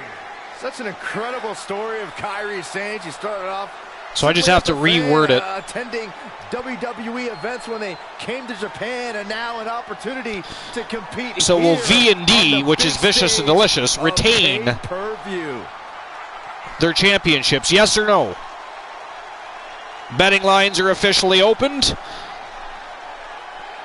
Corey, you would have it is now time performance of a lifetime to walk out of here tonight to watch Vicious and Delicious, who are the reigning, defending, undisputed Archerverse Women's World Tag Team Champions, take on the Kabuki Warriors, who we just saw have an epic tag team matchup with the Trailblazers.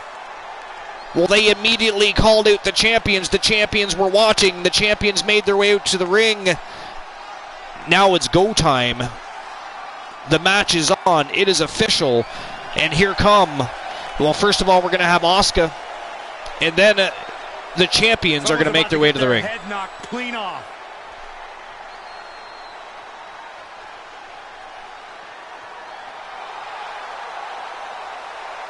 You saw what they did against the Trailblazers. But let's be honest, that was no walk in the park. Both teams had multiple pinfall attempts. Both teams looked like they were going to win the matchup at one point, and both teams were exhausted.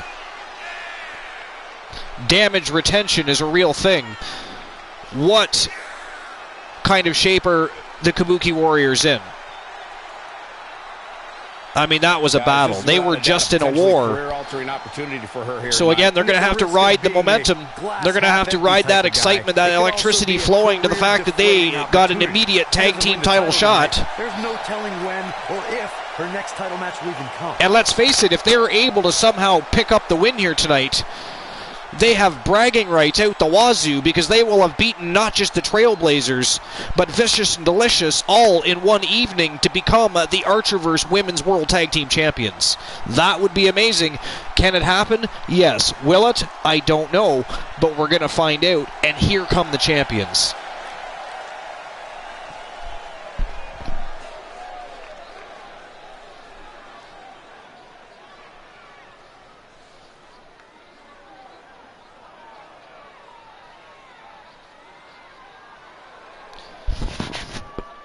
From Team Dynamite Jessie Lee and Team O Sparkles, they are the reigning, defending, undisputed Archerverse Women's World Tag Team Champions. Dynamite Jessie Lee, Danny Sparks, Vicious, and Delicious.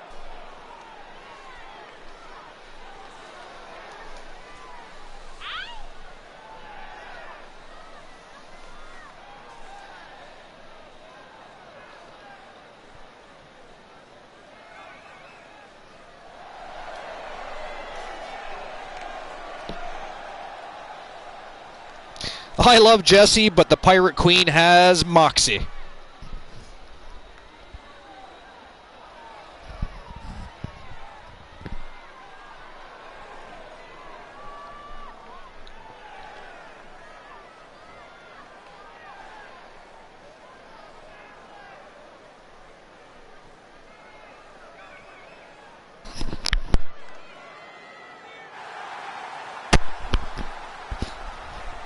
Kabuki Warriors looking a little bit fatigued, but looking focused and ready to go. And the champions, we know, are always game, always ready to go, ready to scrap. Obtaining those tag team championships, being on the same page will be vital in this one.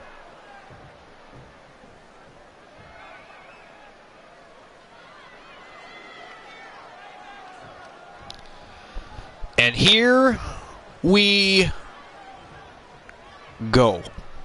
I have to say, the tag title's up for grabs right now. Dynamite Jessie locks horns immediately showing her strength, overpowering Kairi Sane and tossing her into her own corner. Look at the exchanges here. The technical wrestling we're going to see is going to be epic. And can you blame her? Big knee right to the spine by Jessie Lee. Oh, big punch right to the face. Can you blame her? It practically has a target on it at this point. Dynamite Jessie Lee. Falling neck breaker. And you can't argue with the results. And Kairi Sane already in big trouble. Rolls back to her feet though, but Dynamite Jessie Lee catches her right away and tosses her by the hair on her head. Are clearly having an effect here, Cole. In comes Danny Sparks, the queen of the ring, in the ring. A sneaky little tag there by Dynamite Jessie Lee, but if there's one thing the champions do, is work as a well-oiled machine. It is why they are the champions. She's putting up quite a fight here, Cole, but despite that, now is ooh, nice snap suplex. Absolutely has to make a tag. Again, for anybody just joining us, the Kabuki Warriors just moments ago defeated the Trailblazers in an all-out war that saw both with multiple pinfall attempts, both battered, bruised, fatigued. Essentially useless. Desperately needs to Vicious and Delicious were watching backstage, and when the Kabuki Warriors made their way through the curtains, it was an immediate stare down and an immediate challenge by the champions themselves. But they said, if you want to go, if you want a shot at the titles, you'll take it now or not at all. And here we go. The go time between the Kabuki Warriors and Vicious and Delicious. The gold is on the line. And this is already shaping up to be a great tag team matchup. Hey, looking for something big. Michinoku driver. Wow. A spinning Michinoku driver at that, by the way. I mean, let's not undersell that. That was impressive. Double chicken wing, tiger suplex. Hoping to make a tag here. It sounds like there are a lot of people here tonight hoping for the exact same thing.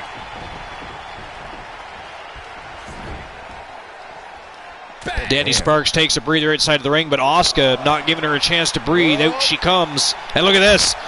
Float over DDT on the ramp. Wow. Great reflexes. The queen of the ring, though, right back to her feet. Belly to back suplex on that unforgiving floor. Sparks just tosses her into the ring. Hunting down Asuka, who is also fatigued. Maybe not as fatigued as Kairi Sane. Kairi Sane took a brunt of the damage. She was in the ring the most out of any superstar in the last matchup. But Asuka herself took a beating. Also dished it out. Only a 1 count. Kicks out with authority, does Asuka. We're about to see. Oh, look at this Sparkle Slam. Spanish fly. Are you kidding me? A Sparkle Slam by Danny Sparks. And she kicks out Only a 2 count. That was close, though. Set it up. Asuka tries to toss Sparks over the top rope. Sparks grabs that top rope and hangs on tight, though. Back in she comes, though, and not really the way you want to come in. That's not the way to be brought back into the ring by anybody. Just a bit more. And I have never seen her. Ooh, Jessie Lee goes for a clothesline, but Asuka has other plans. Look at this. Vicious strikes by the leader of the Kabuki Warriors. And Asuka whips Dynamite Jessie Lee hard to the corner. In comes Kairi Sane. We're going to have ourselves some tag team action here. Your legs go numb. And Kairi Sane going quickly right back to work on Dynamite Jessie Lee. Look at this. Alabama Slamma, baby. Nice Alabama Slam. Alabama Slamma. And Sane whips her hard to the corner. Going upstairs to the second turnbuckle. Sunset flip. Taking their share of hits now. And now Dynamite Jessie Lee in a little bit of trouble here. Match, guys. Though I wouldn't be against the tag here. You know, just so she can gather herself a bit. Nice evasion there by Dynamite Jessie Lee. And a submission retaliation here. Look at this. And the ropes break this one up. Great ring awareness there, Mike. Back in comes Danny Sparks. Good tag teamwork here by Vicious and Delicious. And they're going to need to do that if they want to retain those titles, because the Kabuki Warriors, whether they've already been in a battle or not, the Warriors on the hunt for gold tonight. Just assaulting the torso here. Clearly part of the game plan. She's going after her midsection again. And can you blame her? It practically has a target on it at this point. Setting up. Taking it to the midsection. These attacks Danny Sparks, absolutely savage. Back in comes Asuka, though. Nice diving tag there by Kairi Sane. But Sparks goes right to work on Asuka. Immediately goes to work on Asuka. Alley-oop powerbomb. Might have knocked the wind right out of Asuka, but Sparks not done anyway. Look at this. Oh!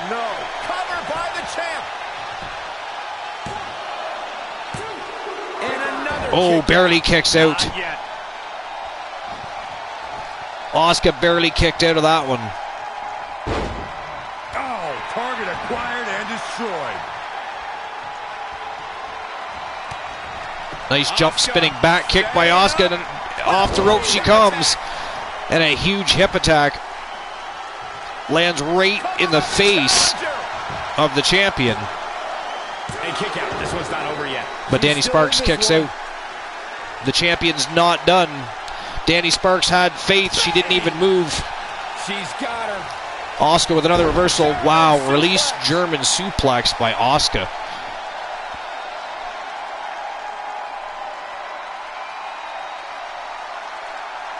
Looking to make a much-needed tag here. And if successful, we Ooh, Enziguri takes the champ right back down to the canvas, right in front of her tag team partner. Asuka showing no fear of Danny Sparks or Dynamite Jessie Lee. And good job by Danny Sparks. A clever move by the champion to grab that rope and break up that submission hold. And Danny Sparks still not moving here. Needs to reach up and tag her partner, but Kairi Sane drags her back to the middle of the ring. Looking for the pin here. Looking to capitalize on Asuka's crucifix slam by Asuka, and Asuka German suplex to Danny Sparks. Some quick tag team work right in front of the referee, though illegal, by the way. Illegal tag team work by Asuka and Kairi Sane right there. Not looking good right now. Oh, she turns it around. Nice back elbow.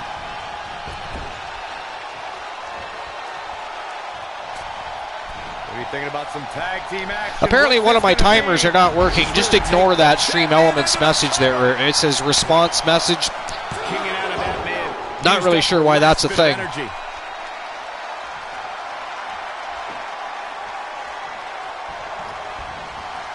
I'm just going to have a look right now and see what's going on with my timers. There's a tag.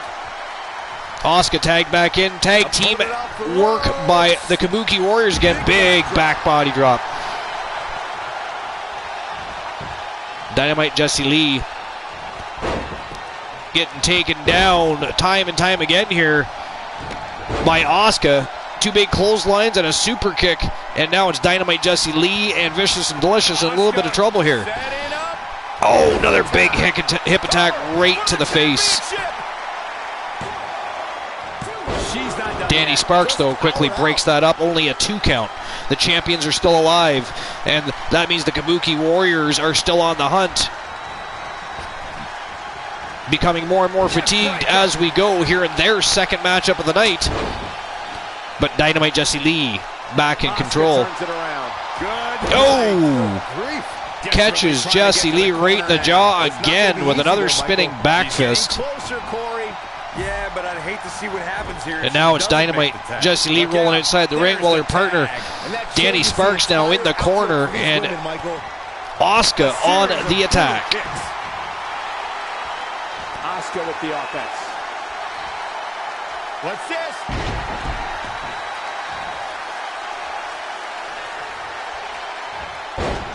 What a hit from Asuka. And Asuka's rolling. The Empress of Tomorrow has been relentless in this matchup. Asuka doing a good job of maintaining control here. Only Asuka can do this. Some vicious strikes here by Asuka, and Danny Sparks in all kinds of trouble here with her partner still down and out outside the ring. Vicious and Delicious in real jeopardy of losing their titles here. Out of the palm of her hand, but she's got to get refocused here.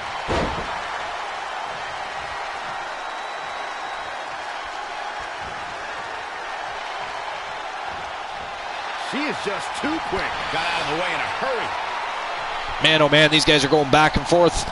Now it's Sparks with another reversal, and it is Asuka stuck in no woman's land. Teamwork from the high red district. Wow, look at this. Hurricanrana to a power bomb. Oh, too easy for Asuka to escape. Only a 1 count? A fucking 1 count? Asuka just got slammed to the mat. Hurricanrana to a powerbomb, and she kicks out after 1. That is savage. Seizing the moment that time. And again, yet another count. Tiliana, she didn't fudge nothing. That would be a chocolate treat. She fucking flew. Asuka was able to get out of the way there. It's okay to say fuck. This is the Archerverse. Tag. Fuck is a good word. These two work together. It is stress relieving, colorful, vengeful, spiteful. It's a whole lot of things. Kind of fun to say at that. This match is over. It's that simple. Wow, nice Russian leg sweep by the Princess Pirate. Stomping down. Kairi Sane's got Dynamite Jessie Lee right where she wants her. Or did. Reversal by Dynamite Jessie Lee. Big knee to the guts. And now it is Kairi Sane stuck in no woman's land. Reversal, though.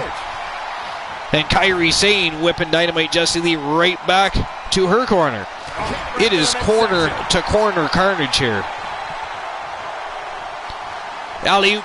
Just dropped. And just drops her, just released it. Kyrie saving a little power display. Ooh, nice Alabama slam. Dynamite Jessie Lee down and out, and Kyrie Sane still on the attack. Wow. Lights out. Another spinning back fist right to the jaw of Dynamite Jessie Lee. New champion. Oh, she kicked out. Wow, I thought we had new champions. I thought we had new champions right there. Not so fast. The champions are still alive, but look at that. Michinoku driver by the Princess Pirates. And she is looking to end things here. Danny Sparks itching to get back in there, looking to get back into the action. Save her partner, but can't reach that tag. Uh-oh. Oh, it's locked in. Battling to Submission get the upper locked hand. in, but Sparks in the ring quick. Sparks is having a little bit of difficulty here trying to get Dynamite Jessie Lee free from that submission hold. Oh, she did, Cole. And you know what that means? It means she probably has something But even Sane more just devastating releases to and finish tags in her off. partner, wants no part of a possible attack from Dynamite Jessie Lee and Danny Sparks at the same time. Look at that, evasion from a jump spinning back kick. She's slowing down here, guys. Slowing down. She's Here we stuck go, in park, Cole. an excellent plan, tag in the fresh partner. And Vicious and Delicious back on the attack, and this time it is Asuka that is down and out, and Sparks on the attack. Toss to the outside. Wow, just tosses her right over the top rope. Oh, what a Big drop kick. Big chop across the... Wow. Danny Sparks going beast mode here. She is all over Asuka. Referee at a 4 count, though. These ladies need to get back in the ring. I mean, let's face it, Vicious and Delicious can retain the titles by getting a count-out victory. On the other end of the spectrum, however, the Kabuki Warriors cannot win the championships via countout. And Asuka was able to get out of the way there. Oh, German suplex. She is just... Oh, Danny Sparks tried to pick up that victory, but that is it. That is all. And this one, ladies and gentlemen, ends in a draw.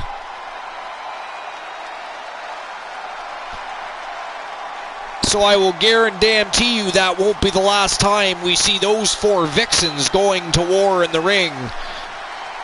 They're going to want to get in there and do that again. But let's face it, what a performance by the Kabuki Warriors. They fought not once but twice. They faced the Trailblazers, went through a hellacious battle, picked up the victory, just faced the champions. So on one night, the Kabuki Warriors faced 2 of the best women's tag teams on the planet. And on several different occasions, just about won. Unfortunately, that ended in a draw, so we're going to have to see what happens next for the Kabuki Warriors. But for now, still your reigning, defending Archerverse Women's World Tag Team Champions, Vicious and Delicious. From Team Dynamite Jessie Lee, it is Dynamite Jessie Lee, and from Team O Sparkles, the Queen of the Ring, Danny Sparks. All right, so no Archerverse points issued for that match.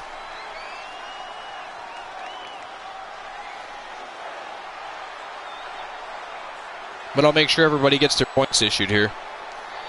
Some weird shit going on with my dashboard, though. Hold on, give me a second.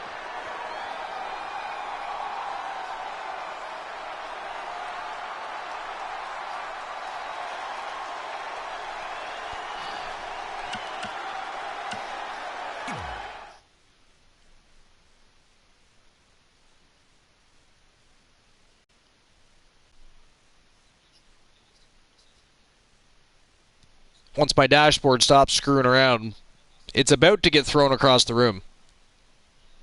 Like, clear across the fucking room. All right, here we go. So, everybody's points will be returned that made bets for the matchup. And we're going to get our next betting line open. Ladies and gentlemen, this is the co-main event of the evening.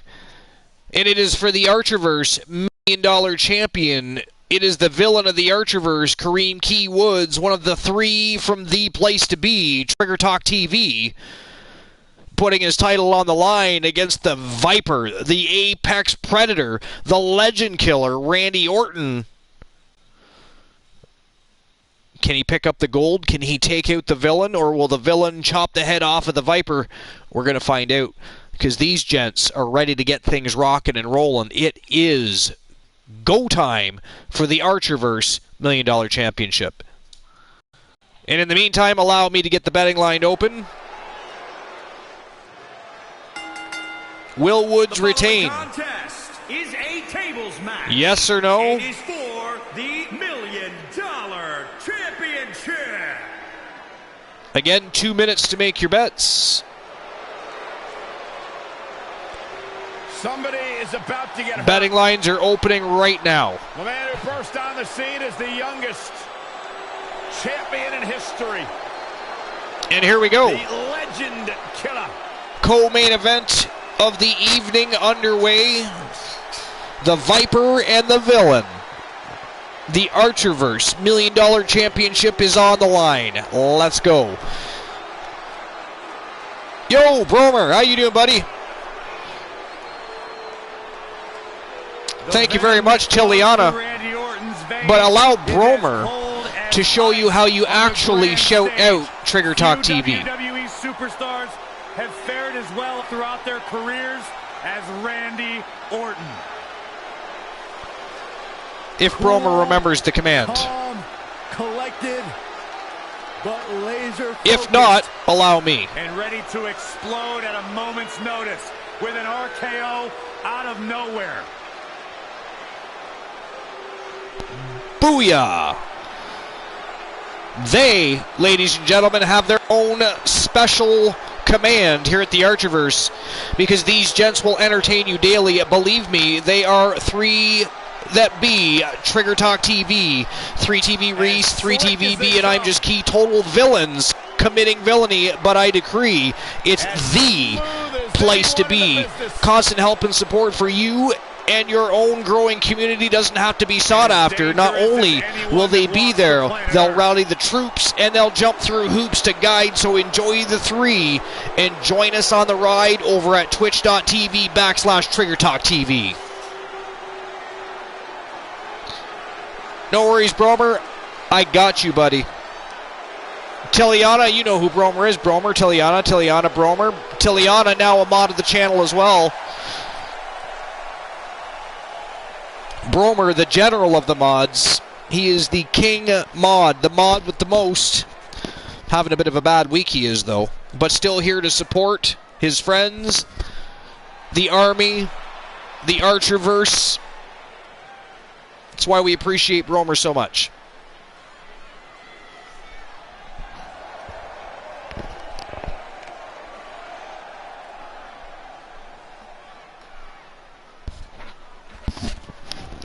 And here we go. The villain of the Archerverse.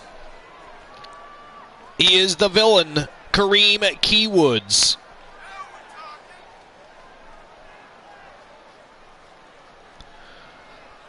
Strutting his stuff, dancing as always, all the way to the ring. Match coming up, and a huge opportunity for the champ to prove to everyone, getting the crowd pumped up. None better in all of WWE right now.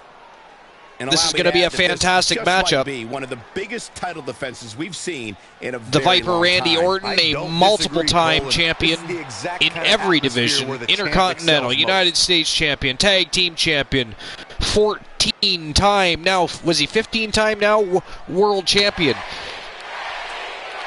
Tonight, he's looking to take that ring experience, to take that veteran experience of his,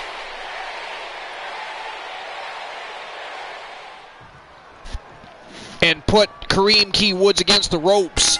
You'll have to forgive me for the lack of information on this. Likely looking to hit that RKO out of nowhere and take that championship belt gold home to Viperville.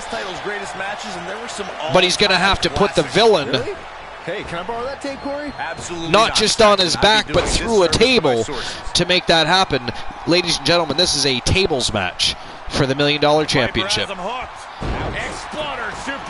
Nice fisherman suplex by Randy Orton. The Viper has all kinds of technical maneuvers. He is also tough as nails and one of the most powerful wrestlers on the roster.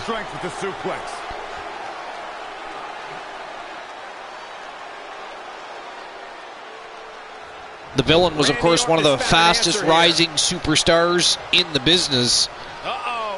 Much like Orton, very technical, powerful. He's fast, he's young. That is the edge he has on Randy Orton tonight, is the age difference. But right now, Randy Orton taking the villain to school. Elbow drop. Piercing.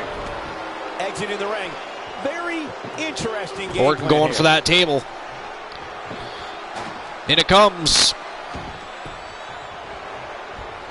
The villain capitalizing. Setting him up for the... Very quickly goes after Orton after coming back into the ring, and now it is the villain in control. Oh! Wow, the athleticism of the villain. Did you see that? Across the shoulders. Sidewalk slam. The challenger eating up some damage. A big sidewalk slam. Table at any point here tonight, we might be able drove to that elbow right in to the midsection. Spinning arm breaker.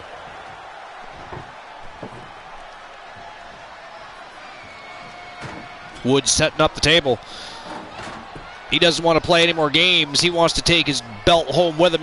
He does not want the Viper slithering his way into that strap, into that gold belt. So he's looking to finish things right now. He wants to put the snake on and through a table. Up in the fireman's carry. Oh, he just missed the table. Why would he not have just put him through the table? Another big sidewalk slam. Woods looking at the table. Even he's thinking, what am I doing? Why did I not put him through the table? I could have won this match. It could be over. I could be going home with that $1 Million Championship belt. Randy Orton eating a little wood. Time to flip it. Oh, kill switch DDT. Snapmare. And the villain is now all over the Legend Killer. The quick reversal there by Reversal by Orton, though. Look at this. Oh, Orton just about accidentally put Woods through the table. Imagine Woods losing his title by mere coincidental happening.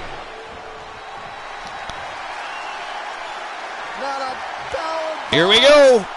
And that is it. That is all. Ladies and gentlemen, your winner. And still the Archerverse $1 Million Champion. He is one of the three from the place to be, Trigger Talk TV. He is the villain of the Archerverse, Kareem Key Woods, and he just broke the back of the Viper, cut the head off the snake, slammed him through a table, and he remains a champion on the Archerverse roster. Man, this champion has a stranglehold on that title and doesn't appear to be letting up anytime soon. That's a title match you're going to be talking about for ages, ladies and gentlemen. All right, will Woods retain his championship? If you chose yes, then you probably won yourself some Archerverse bucks. If you did not, sorry, but not sorry about your damn luck.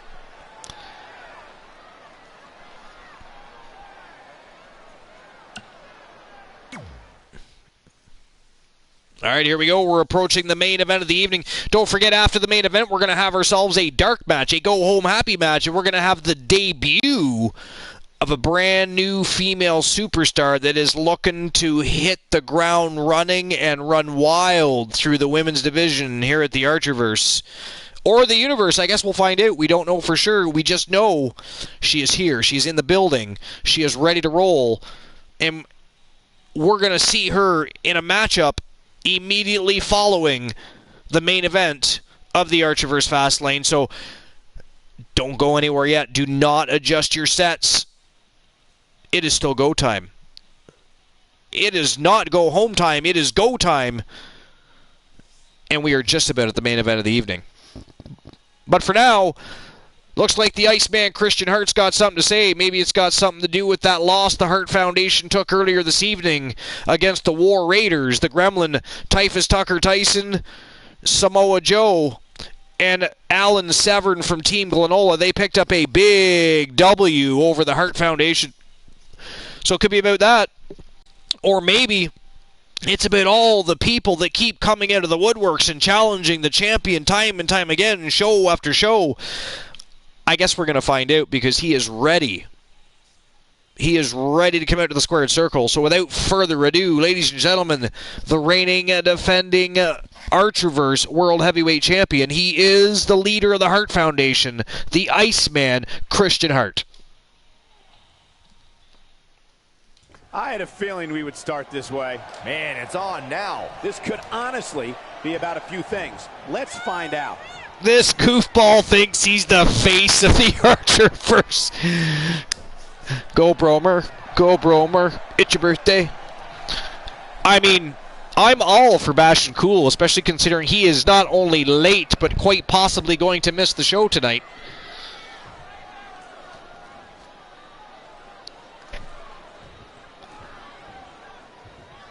Clearly has other business to tend to, or else he would be here.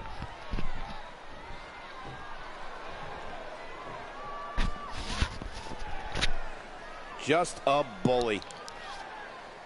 The belief is strong.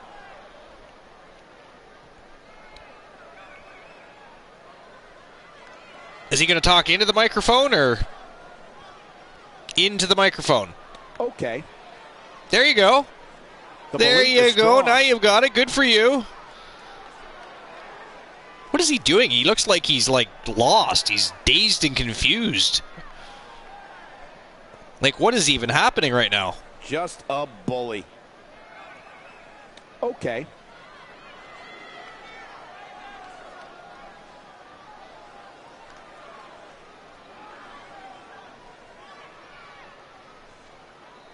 Loud and proud. Poking the bear. Oh, now he decides to speak. Or not. Is he going to say something? Okay. That sums it up. He's throwing a temper tantrum. He is throwing... Bromer cut the power on the mic. Needed there. I thought that was pretty straightforward. Wow. But he came out and threw a temper tantrum. Team Bromer cut the microphone on Christian Hart. Can you believe it? The world champion comes out to the ring and doesn't get to speak because the microphone gets cut. Wow. That was crazy. That was crazy. Really? That happened? Bromer, you guys cut the power on the world champion. You cut out his microphone. What the hell? I mean, you guys are going to hear about that. You know they're going to whine, cry, and complain about that. We are not going to hear the end of that. We're never going to, it's going to be, you remember that time, you Archerverse, weren't in control of your own company and you allowed Team Bromer to cut the microphone on the face that runs the place, the Iceman Christian Hart, the reigning, defending, undisputed Archerverse world champion. You see what I mean? You see how annoying that was? We're going to hear that every fucking day now, Bromer. Your job is to fucking ban people. You just pissed off Team Christian Cool. We're going to have to listen to whine and cry and bitch and chew. Good God, sir. Where's Distinct Cone? Somebody needs we need a babysitter for Bromer. He's going to start pissing off the entirety of the teams at the Archerverse. He's trying to pick up where Christian Cool left off, you see, because Christian Cool likes to do that. He likes to get under the skin of the different teams. He likes to call them out, fire shots throughout the show, if you will. Oh, she's been sick. Oh, that sucks. That's too bad. Yeah, I was going to say, I actually haven't heard from DC all day, so that was weird for me. All right, so I'm going to get the betting lines open for the main event of the evening.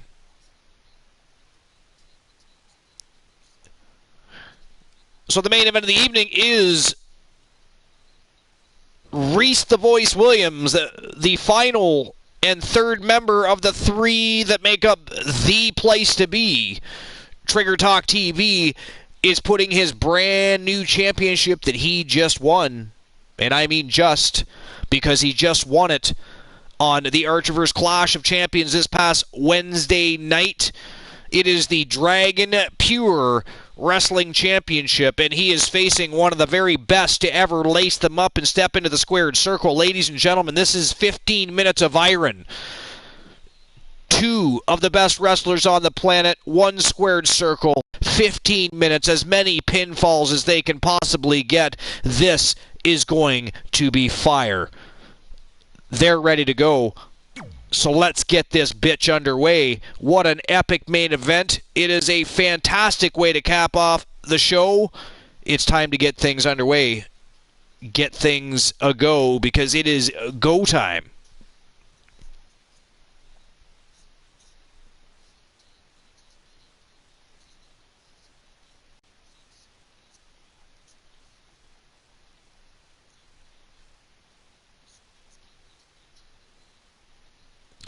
So will Reese retain his championship? Yes or no? 2 minutes to make your decisions. Betting lines are opening in just a moment. So it is go time for the betting lines, and it is go time for the main event of the evening. But don't forget, we do have a dark match. One final match of the evening. We're going to see the debut of a new female superstar that is ready to hit the squared circle and hit the ground running. They are from Team Squirrely Ann, and they are coming up immediately following the main event of the evening. And here it is, the Archerverse Dragon Pure Wrestling Championship on the line. Ricky, the Dragon Steamboat, Reese, the Voice Williams. It is go time. Let's go. Betting lines are open. Oh, wait a minute. The following contest is an Iron Man match. It is for the Dragon Pure Wrestling Championship.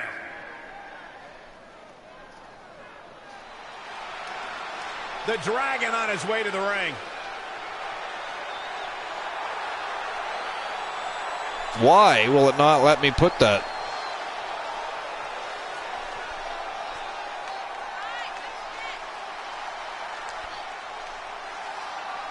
The Dragon's a man who won the Intercontinental Championship. Man, oh man, it will not let me get this prediction started. He won the NWA title in a classic match with Ric Flair. Steamboat is a man who can perform and win in high-pressure situations. Steamboat getting ready to breathe fire on the opposition tonight.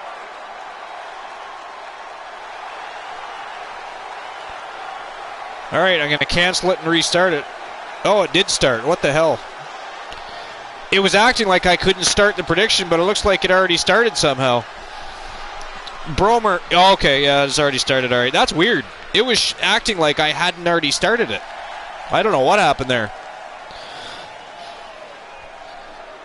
Ricky the Dragon looking focused, ready to rock and roll. Looking to pick up his first championship victory in many moons. But to do so, he's got to go through that man right there. He is one of the best in the business. One of the three from the place to be, Trigger Talk TV. The tons of funk boys watching backstage as their brother puts his championship on the line against one of the best ever, with full faith and confidence, because Reese is a beast. He is the man. He is the voice. And a huge opportunity for the champ to prove to everyone that there and like the back of his shirt, it says WWE right now. bask in his glory. I'm not implying anything. I'm not saying that Ricky the Dragon can't win this championship title belt. And even though I am a fan of Ricky the Dragon, I am a fan of The Voice. And I would love to see Williams retain his championship here. He earned that championship. He deserved that championship. And I'd love to watch him defend that championship.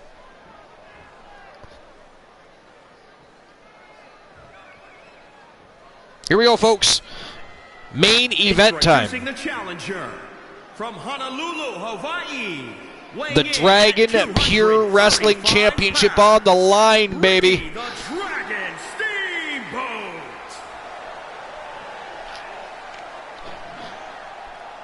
And introducing the champion. Triple H is Pyro King.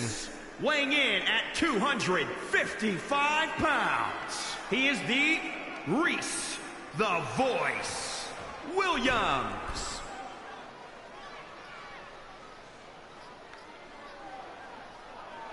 Reese, the Voice Williams, former multiple-time champion. He is now a 5-time champion. Has also been a stable champion when the stable championships were still in existence. They were, of course, retired. We have 3 tag team championships in circulation, and the stable's job now will be simply to try and collect all 3. Here we go. Title match here, in my 15 opinion, minutes of iron, baby. Who can score more pinfalls? Who's going to win the match? Who's taking home that beautiful championship? Is it the Voice or the Dragon? And Ricky the Dragon Steamboat reverses it. Followed by the leg drop. Woo-wee. Into the tie-up they go, but who's going to end up with the upper hand? And now it's Ricky. These the two Dragon making Steamboat. exchanges in the technical department already. Oh my gosh. Wow. Shoulders down now. Is it enough A to retain double the stomp championship? right to the chest, but the Dragon a lot tougher than that. Williams, you're going to have to do better than that if you're going to defeat the Dragon. Former multiple-time world champion, a former multiple-time intercontinental champion. He's been a tag champion. He is one of the best ever. He is Ricky the Dragon Steamboat. And right now, taking the Voice to school. For how long, we don't know. The Voice, resilient himself, tough as nails, one of the best in the business today. But right now, being completely controlled by the Dragon, but a reversal. And look at that, a Hurricanrana by the Voice. And now the Voice taking over the matchup. Beautiful go behind neck breaker. Feeling the heat now. He planned for this and could still rally. Ooh, what impact. He's in control. Swing neck breaker. Nice swinging neck breaker by Reese the Voice Williams. Only 13 minutes left of this 15 minutes of iron. What's going to happen now? His offense is on point right now. He's looking relentless. Oh, nice armbar takedown by Ricky the Dragon Steamboat. Big chop to the chest. Ricky the Dragon likes to throw those martial arts skills into his wrestling matches. You never know from when or where he's going to attack, but when he does it, you can bet it's going to hurt. The Voice back in control, though. Off the rope. Whips the Dragon to the ropes. Nice leapfrog. And another leapfrog. Oh! Look at that agility. Beautiful. The agility and athleticism of Reese Williams. I can promise you, you will not defeat the likes of Ricky the One Dragon count Steamboat only. in that fashion. And look at the look on Williams' face.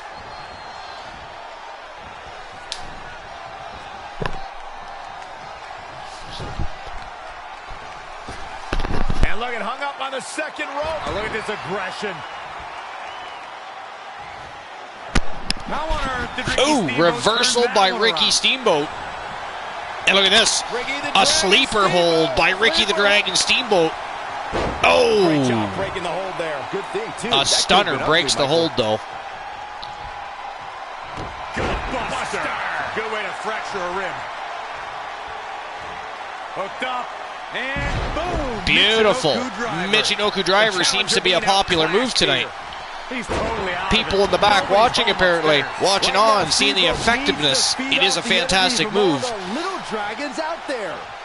Fatigued or not, it will knock the wind out of you. If you're already fatigued, it might knock you out. Downright treacherous. And Reese Williams Oh no. taking the Dragon upstairs. He's going to fly. They are going to fly. Big back superplex.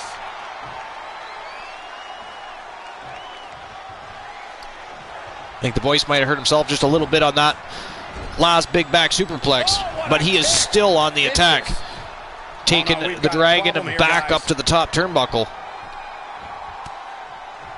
And upstairs he comes.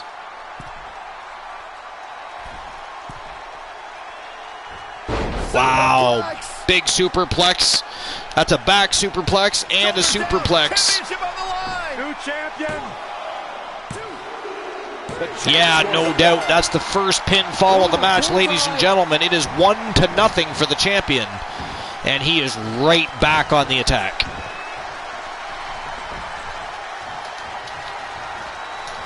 Chop combination. Across the forehead.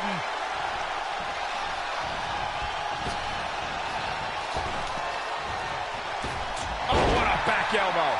Turning the momentum to his favor. He's taking charge here. Nice snapmare. Not safe yet. Big kick to the spine. Williams trying to keep the Dragon down and out. Oh! And I'm going for another. Beauty. Retain the championship. And at some point he's going to start Only a 2 count. going to take to put him away.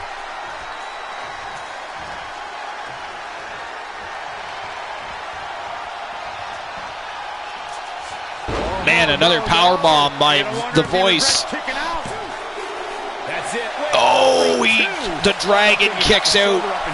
But now a Boston Crab locked in by the voice. Bending Can this be different? the Dragon right in half. How long can he hold on? We released it. Why would he release that? He had him locked right in the middle of the ring. Boom! Right between the eyes. Nicely done. The crowd excited and happy with the action that's going on in front of them. They are chanting, "This is awesome." It is loud as hell in here. Everybody is excited. They are cheering. We have two of the very best of the best in the business going at it in 15 minutes of iron. How could you not be excited? The Dragon feeding some knuckles to the voice. Putting a fist in his mouth, if you will.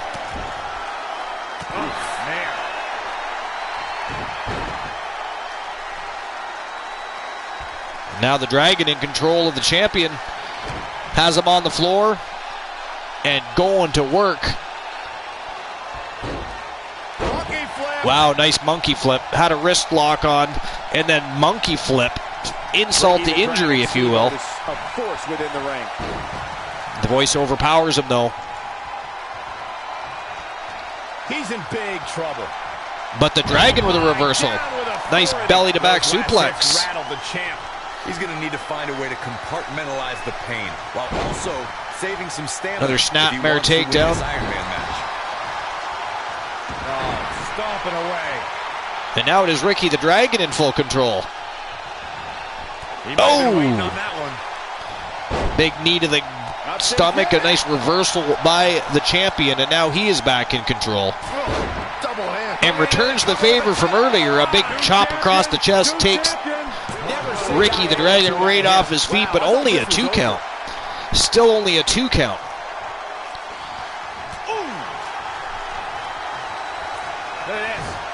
Snap suplex. Nice snap suplex. And the voice not done. He is going upstairs. The voice looking to fly. Perched up top. Oh, huge diving leg drop. He's hitting on I mean, that could do it. He right may as well just pin him right now. Oh, big elevated knee drop. And the voice still not done. He wants to incapacitate the Dragon. And Ricky But the Dragon reverses it.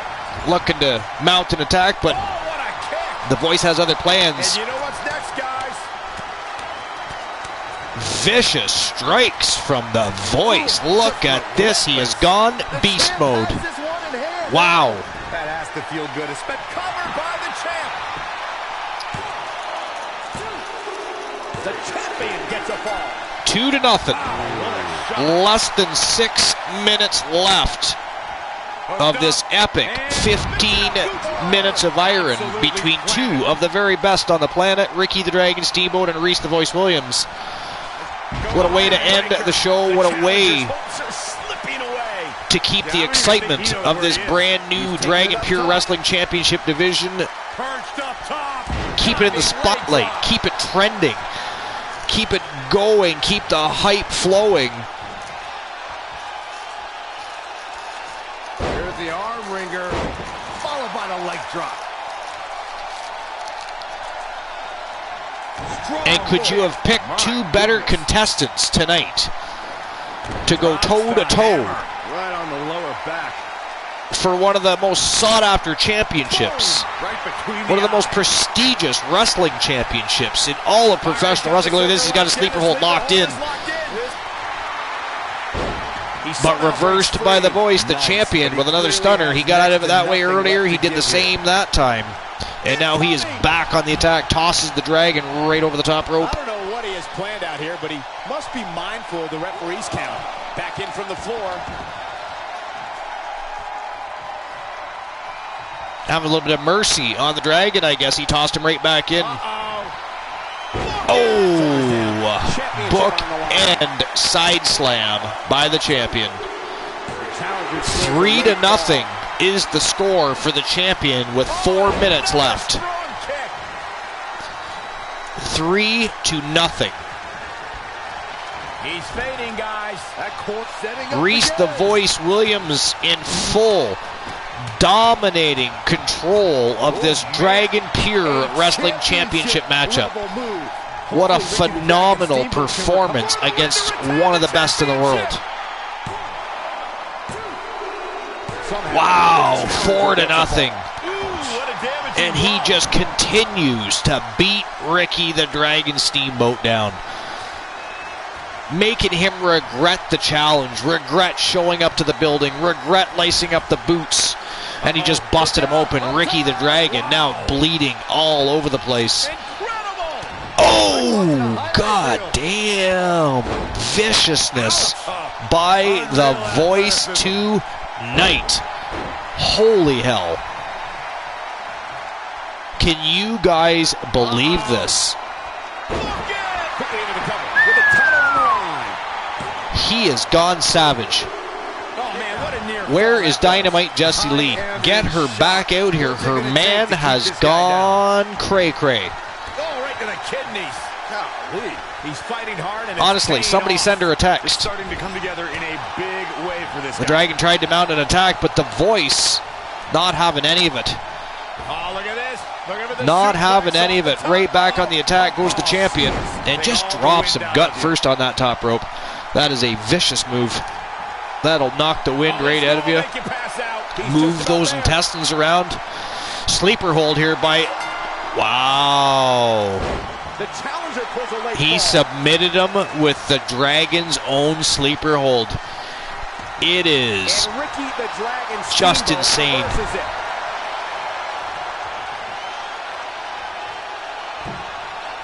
Oh no. 4-0, folks.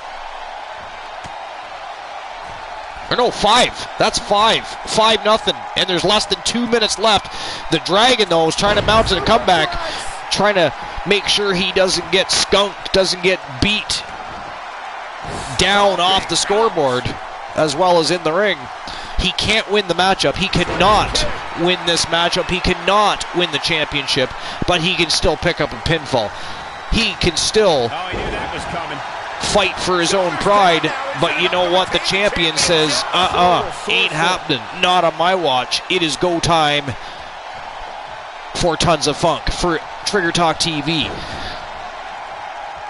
Every single member Avoiding trouble there. holding championship gold. They are the faction that is on top of the professional wrestling industry at the moment. Oh, no. You gotta wonder if he regrets kicking out. You can't teach the type of tenacity we're witnessing Boston here. Crab locked on. Ricky the Dragon kicked out of that pinfall attempt. That would have been 6. And there he goes. He's tapping out again. Boston Crab taps out the Dragon. The challenger scores a fall. 6-0, folks. Oh, vicious DDT. The Dragon didn't even get back to his feet. And Ricky the Dragon Steamboat reverses it. Now a sleeper locked on by the Dragon. Battling to get the upper hand. Wow, he lets him out of the hold. He couldn't do it. Game plan for sure, but hey, Could not maybe he choke has something out even the bigger champion. and badder So he for him. releases him instead. I don't know if that's a good idea or not. Nice fireman's carry takedown. I guess that's it. That's all, ladies and gentlemen. The winner, 6 falls to nothing. And still, your Archerverse Dragon Pure Wrestling Champion. He is one of the 3 from the place to be, Trigger Talk TV. One of the 3 from Tons of Funk. He is Reese, the Voice, Williams. And congratulations to Trigger Talk TV and Team 3 TV Reese. Here is your winner, and still, Reese, the Voice, Williams. I imagine it's going to take days to recover from this incredibly taxing Iron Man match. And at this All right, point, so if I you think chose it's safe to yes, he'd wonder if the retain his champion championship. ever lose the gold. You won yourself some What a Archerverse spectacular bucks. If championship not, match it was, ladies and again, gentlemen. sorry, Thanks for but joining not us. sorry about your damn luck. And that is the end of the Archerverse Fastlane for this week. Tomorrow night, 10:30 p.m. Eastern Standard Time, it is Super Saturday Showdown, the final pit stop before this Sunday's Money in the Bank pay-per-view, and it's going to be an epic 10-match card. It is going to be fire. We are going to have the roster of WCW Monday Nitro taking on the Archerverse Clash of Champions. Championship matches all night long. It is going to be epic, so don't miss tomorrow night, and make sure you're there Sunday night. But the night's not over yet, ladies and gentlemen. In addition to a great card and a great trifecta of championship matches, we still have one more match left. We have the debut of Team Squirrely Ann, the debut of a new female wrestler that is going to look to rip through the women's division, and she's going to be wrestling next, so stay tuned. But before we get there, let's welcome to the chat room the man missing from the broadcast, the man who, by the way, ladies and gentlemen, has a brand new job. He starts very soon. He's excited. We are excited and happy for him. He's the coolest kid in town. He's also the co-host of The Most from the Coolverse. He is Christian Cool. Could we have some hey yo's dropped in the chat room for Christian Cool? I would appreciate that. So there you have it. Tomorrow night show, Super Saturday Showdown. And it is going to be vibin'. It is the final pit stop before Sunday night's big fall blockbuster pay-per-view. Also, by the way, the very first pay-per-view since the rebirth, since the resurrection, the biggest resurrection since Jesus, and it is the Money in the Bank pay-per-view. It is going to be awesome. We just talked about it. It's going to be a 10-match card. WCW Monday Nitro taking on the Archerverse Clash of the Champions. Do not miss it. But we're not done tonight. As I said, we have one more matchup on the evening. We're going to see the debut of a brand new female superstar on the roster.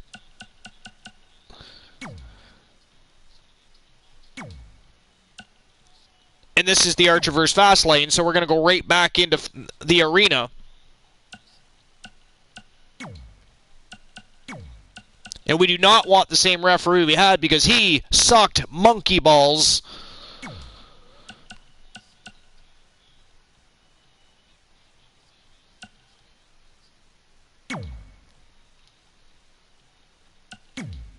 First, we're going to pick her opponent.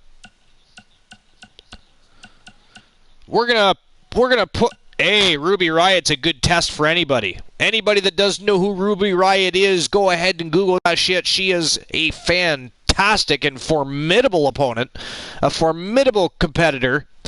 So let's see what Ruby Riot has to say about the newcomer. Let's see if she can welcome the newcomer properly to the Archerverse universe. Let's do it. And again, this next superstar is from Team Squirrely Ann, affiliated with Team Kraken Skulls. She is known as Ann the Warlock Woods, and she is making her debut in not just the Archerverse, but in North American professional wrestling. She spent her entire career over in Japan, learning from the very best over there, honing her skills before coming back to North America, where she grew up initially. And she is ready to hit the ground ready to show the fans what she has been able to accomplish and collect as a skill set, and what she has done for the business in her own right. She brings that to the Archerverse. She is here tonight not just to show up, but to make a statement.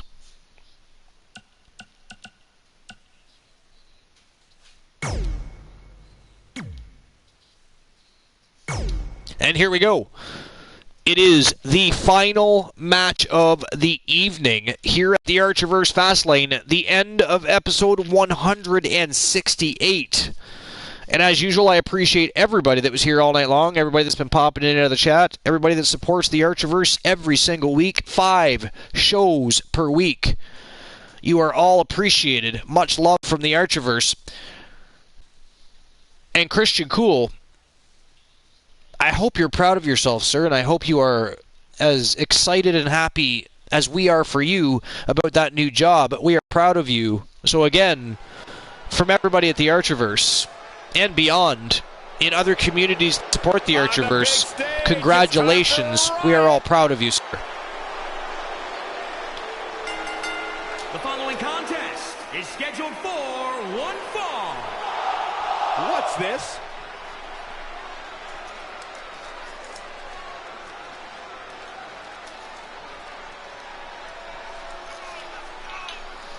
All right, folks, well, with these ladies, these vixens, these crazy cats that are going to claw each other's eyes out in the middle of the ring in just a few moments. Oh, look at this. Woods didn't even wait for the bell to ring. She didn't even wait for her own entrance to cue. She is taking it to Ruby Riot already, and it's not even been made official yet. Wow. I was going to say, while these ladies, these vixens, are making their way to the ring, I'm going to take a short bathroom break. But apparently, if I do that, I might miss the matchup, so I guess I'm waiting. I guess the bladder waits for Ann Woods and Ruby Riot. Or at this point, Ann Woods, the Warlock, really taking it to Ruby Riot. Holy shitballs. Who is this Ann Woods? I mean, I follow wrestling in Japan, and I do not know who the Warlock is. But man, oh man, is she impressive. Ruby Riot, though, able to overtake, toss the Warlock into the steel steps, and now she is on the prowl. Bringing it back between the ropes. Ruby Riot's no-nonsense. And here we go. The match is now official. Finally. Finally. Seen her cause chaos in this women's division. And if I'm not mistaken, I believe we have some of Cleveland's star athletes. Now it's Ruby Riot in control after Ann Woods attacking from behind. Look at this. Ann Woods gets punched right in the face 2 times in a row and just looks at Ruby Riott like, what in the fuck was that, bitch? You can't do better than that? You're going to have to do better than that. Ruby Riott finds herself in a tough spot. We now have an angry Warlock, apparently. Alley-oop power bomb.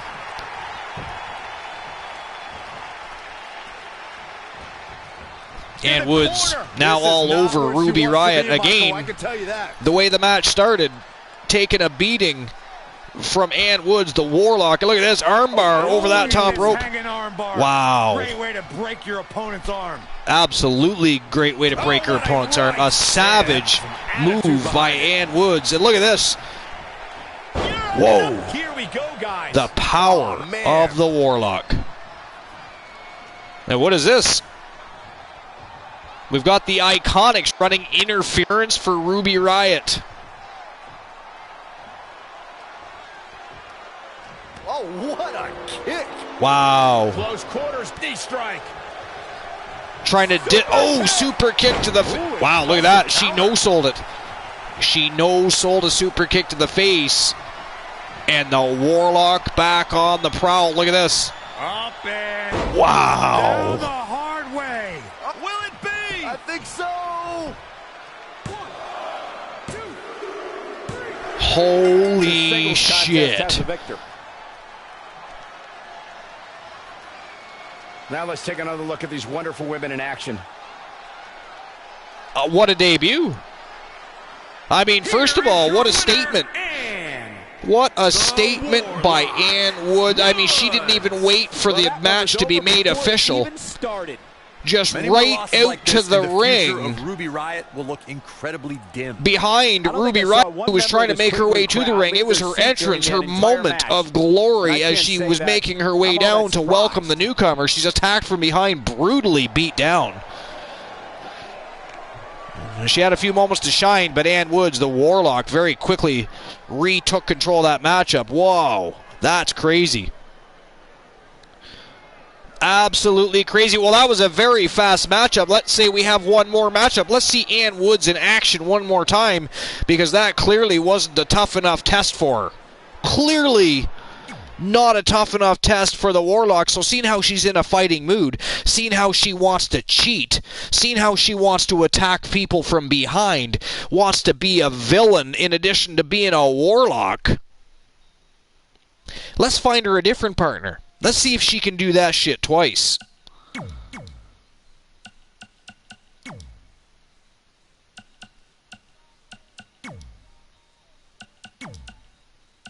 And let's put Zombie Masta in that ring.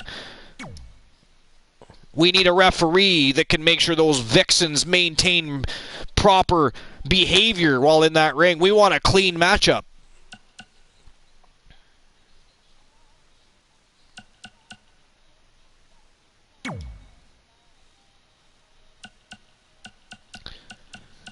All right, let's see. Ruby Riott was the first choice. Clearly didn't work out to my benefit. Let's try Shayna Baszler. Shayna Baszler loves a good scrap. Matter of fact, let's have Ann Woods come out first. Seeing how she's a vicious little vixen attacking people from behind, maybe it's Ann Woods that gets attacked from behind this time. What do you say? I think Ann Woods comes out first this time to ensure that her opponent does not get attacked from behind, right? That's what I was saying.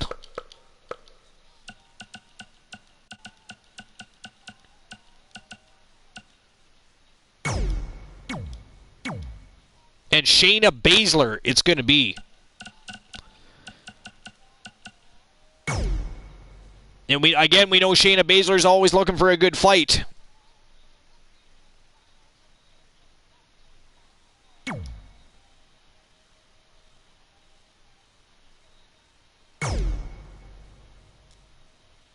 Oh, wait a minute. Did I take myself out of that? That's okay, I can do it as soon as the match starts.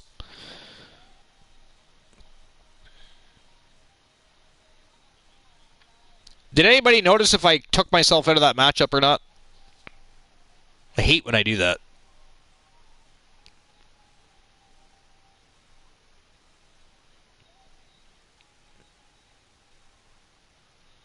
I'm fine. I thought so, but...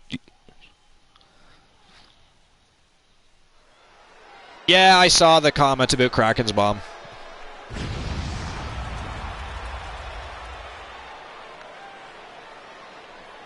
All right, here we go. The Warlock and Woods with another shot at the dark match here tonight. The last match of the night against, this time, Shayna Baszler. And this time, she's not attacking anybody from behind. But will it be her attacked from behind? Let's find out. In the meantime, while these guys are making their way to the ring, I do have to pee. The bladder needs emptying. I will be right back. The following contest is scheduled for one fall. Making her way to the ring from Fresno, California, and the Warlock, Woods. Get ready, guys. Big-time singles matches coming up here. And I can assure you these two superstars have been waiting all day to get their hands on each other.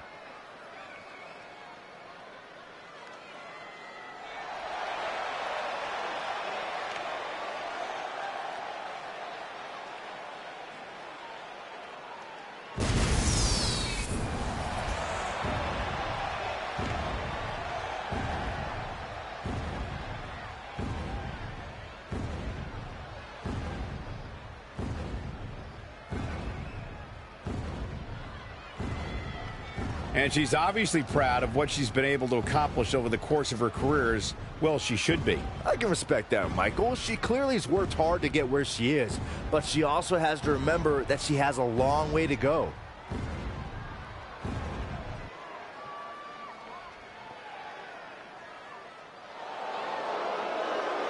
The Queen of Spades is on the big stage.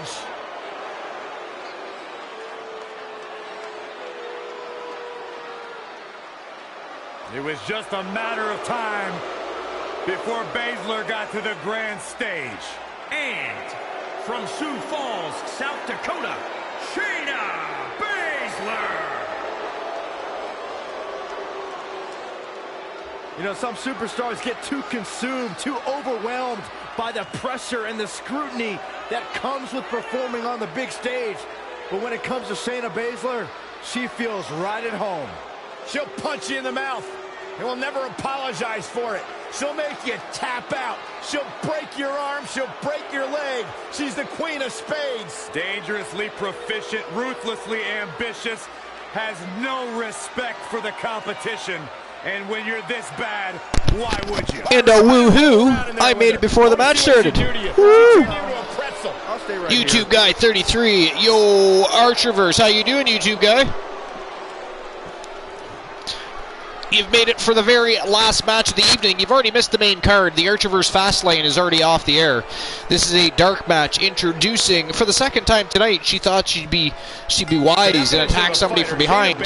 She did win the matchup. We give her credit where credit is due. She decimated Ruby Riott, but we're forcing her to have another match, this time against Shayna Baszler. And we arranged it so Baszler come out second, so there was no little coups and running and attacking people from behind. But it seems to me that the Warlock might be every bit the monster of a woman that we heard she was, because she's now having little trouble with Shayna Baszler, who just tried to mount a comeback, but now the Warlock right back on the attack. Shayna Baszler is no stranger. It's been a wild evening. Don't forget, everybody, tomorrow night, 10:30 p.m. Eastern Standard Time. Super Saturday Showdown, the final pit stop before the fall blockbuster pay-per-view, the very first pay-per-view since the rebirth of the Archerverse. Since the resurrection, the biggest resurrection since Jesus. It is Money in the Bank. It is going to be a huge, high-octane, fast-paced card. 10 matches. WCW Monday Nitro versus the Archerverse Clash of Champions. And it goes down Sunday night. Tomorrow, the final pit stop. So make sure you're there. It is going to be a blast. It is going to be one hell of a card. And also the guiding path to Sunday's show. Magician, knee after knee after knee. And the exclamation.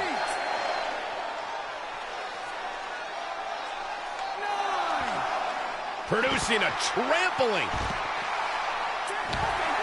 No one will budge. Wow, they battled to a draw. Well, ladies and gentlemen, I guess these two are going to have to go at it again another night. They battled to a draw.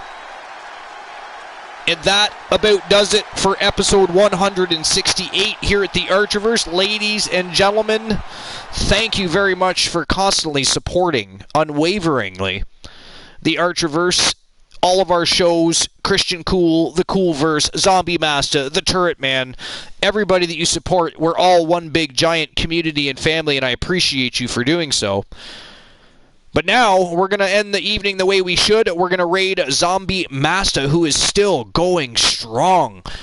He, of course, had to shut down his stream for a bit earlier, had some technical difficulties, then restarted, so he is still going strong. So we are going to pay a visit to Zombie Master. I'll see you all tomorrow night for Super Saturday Showdown.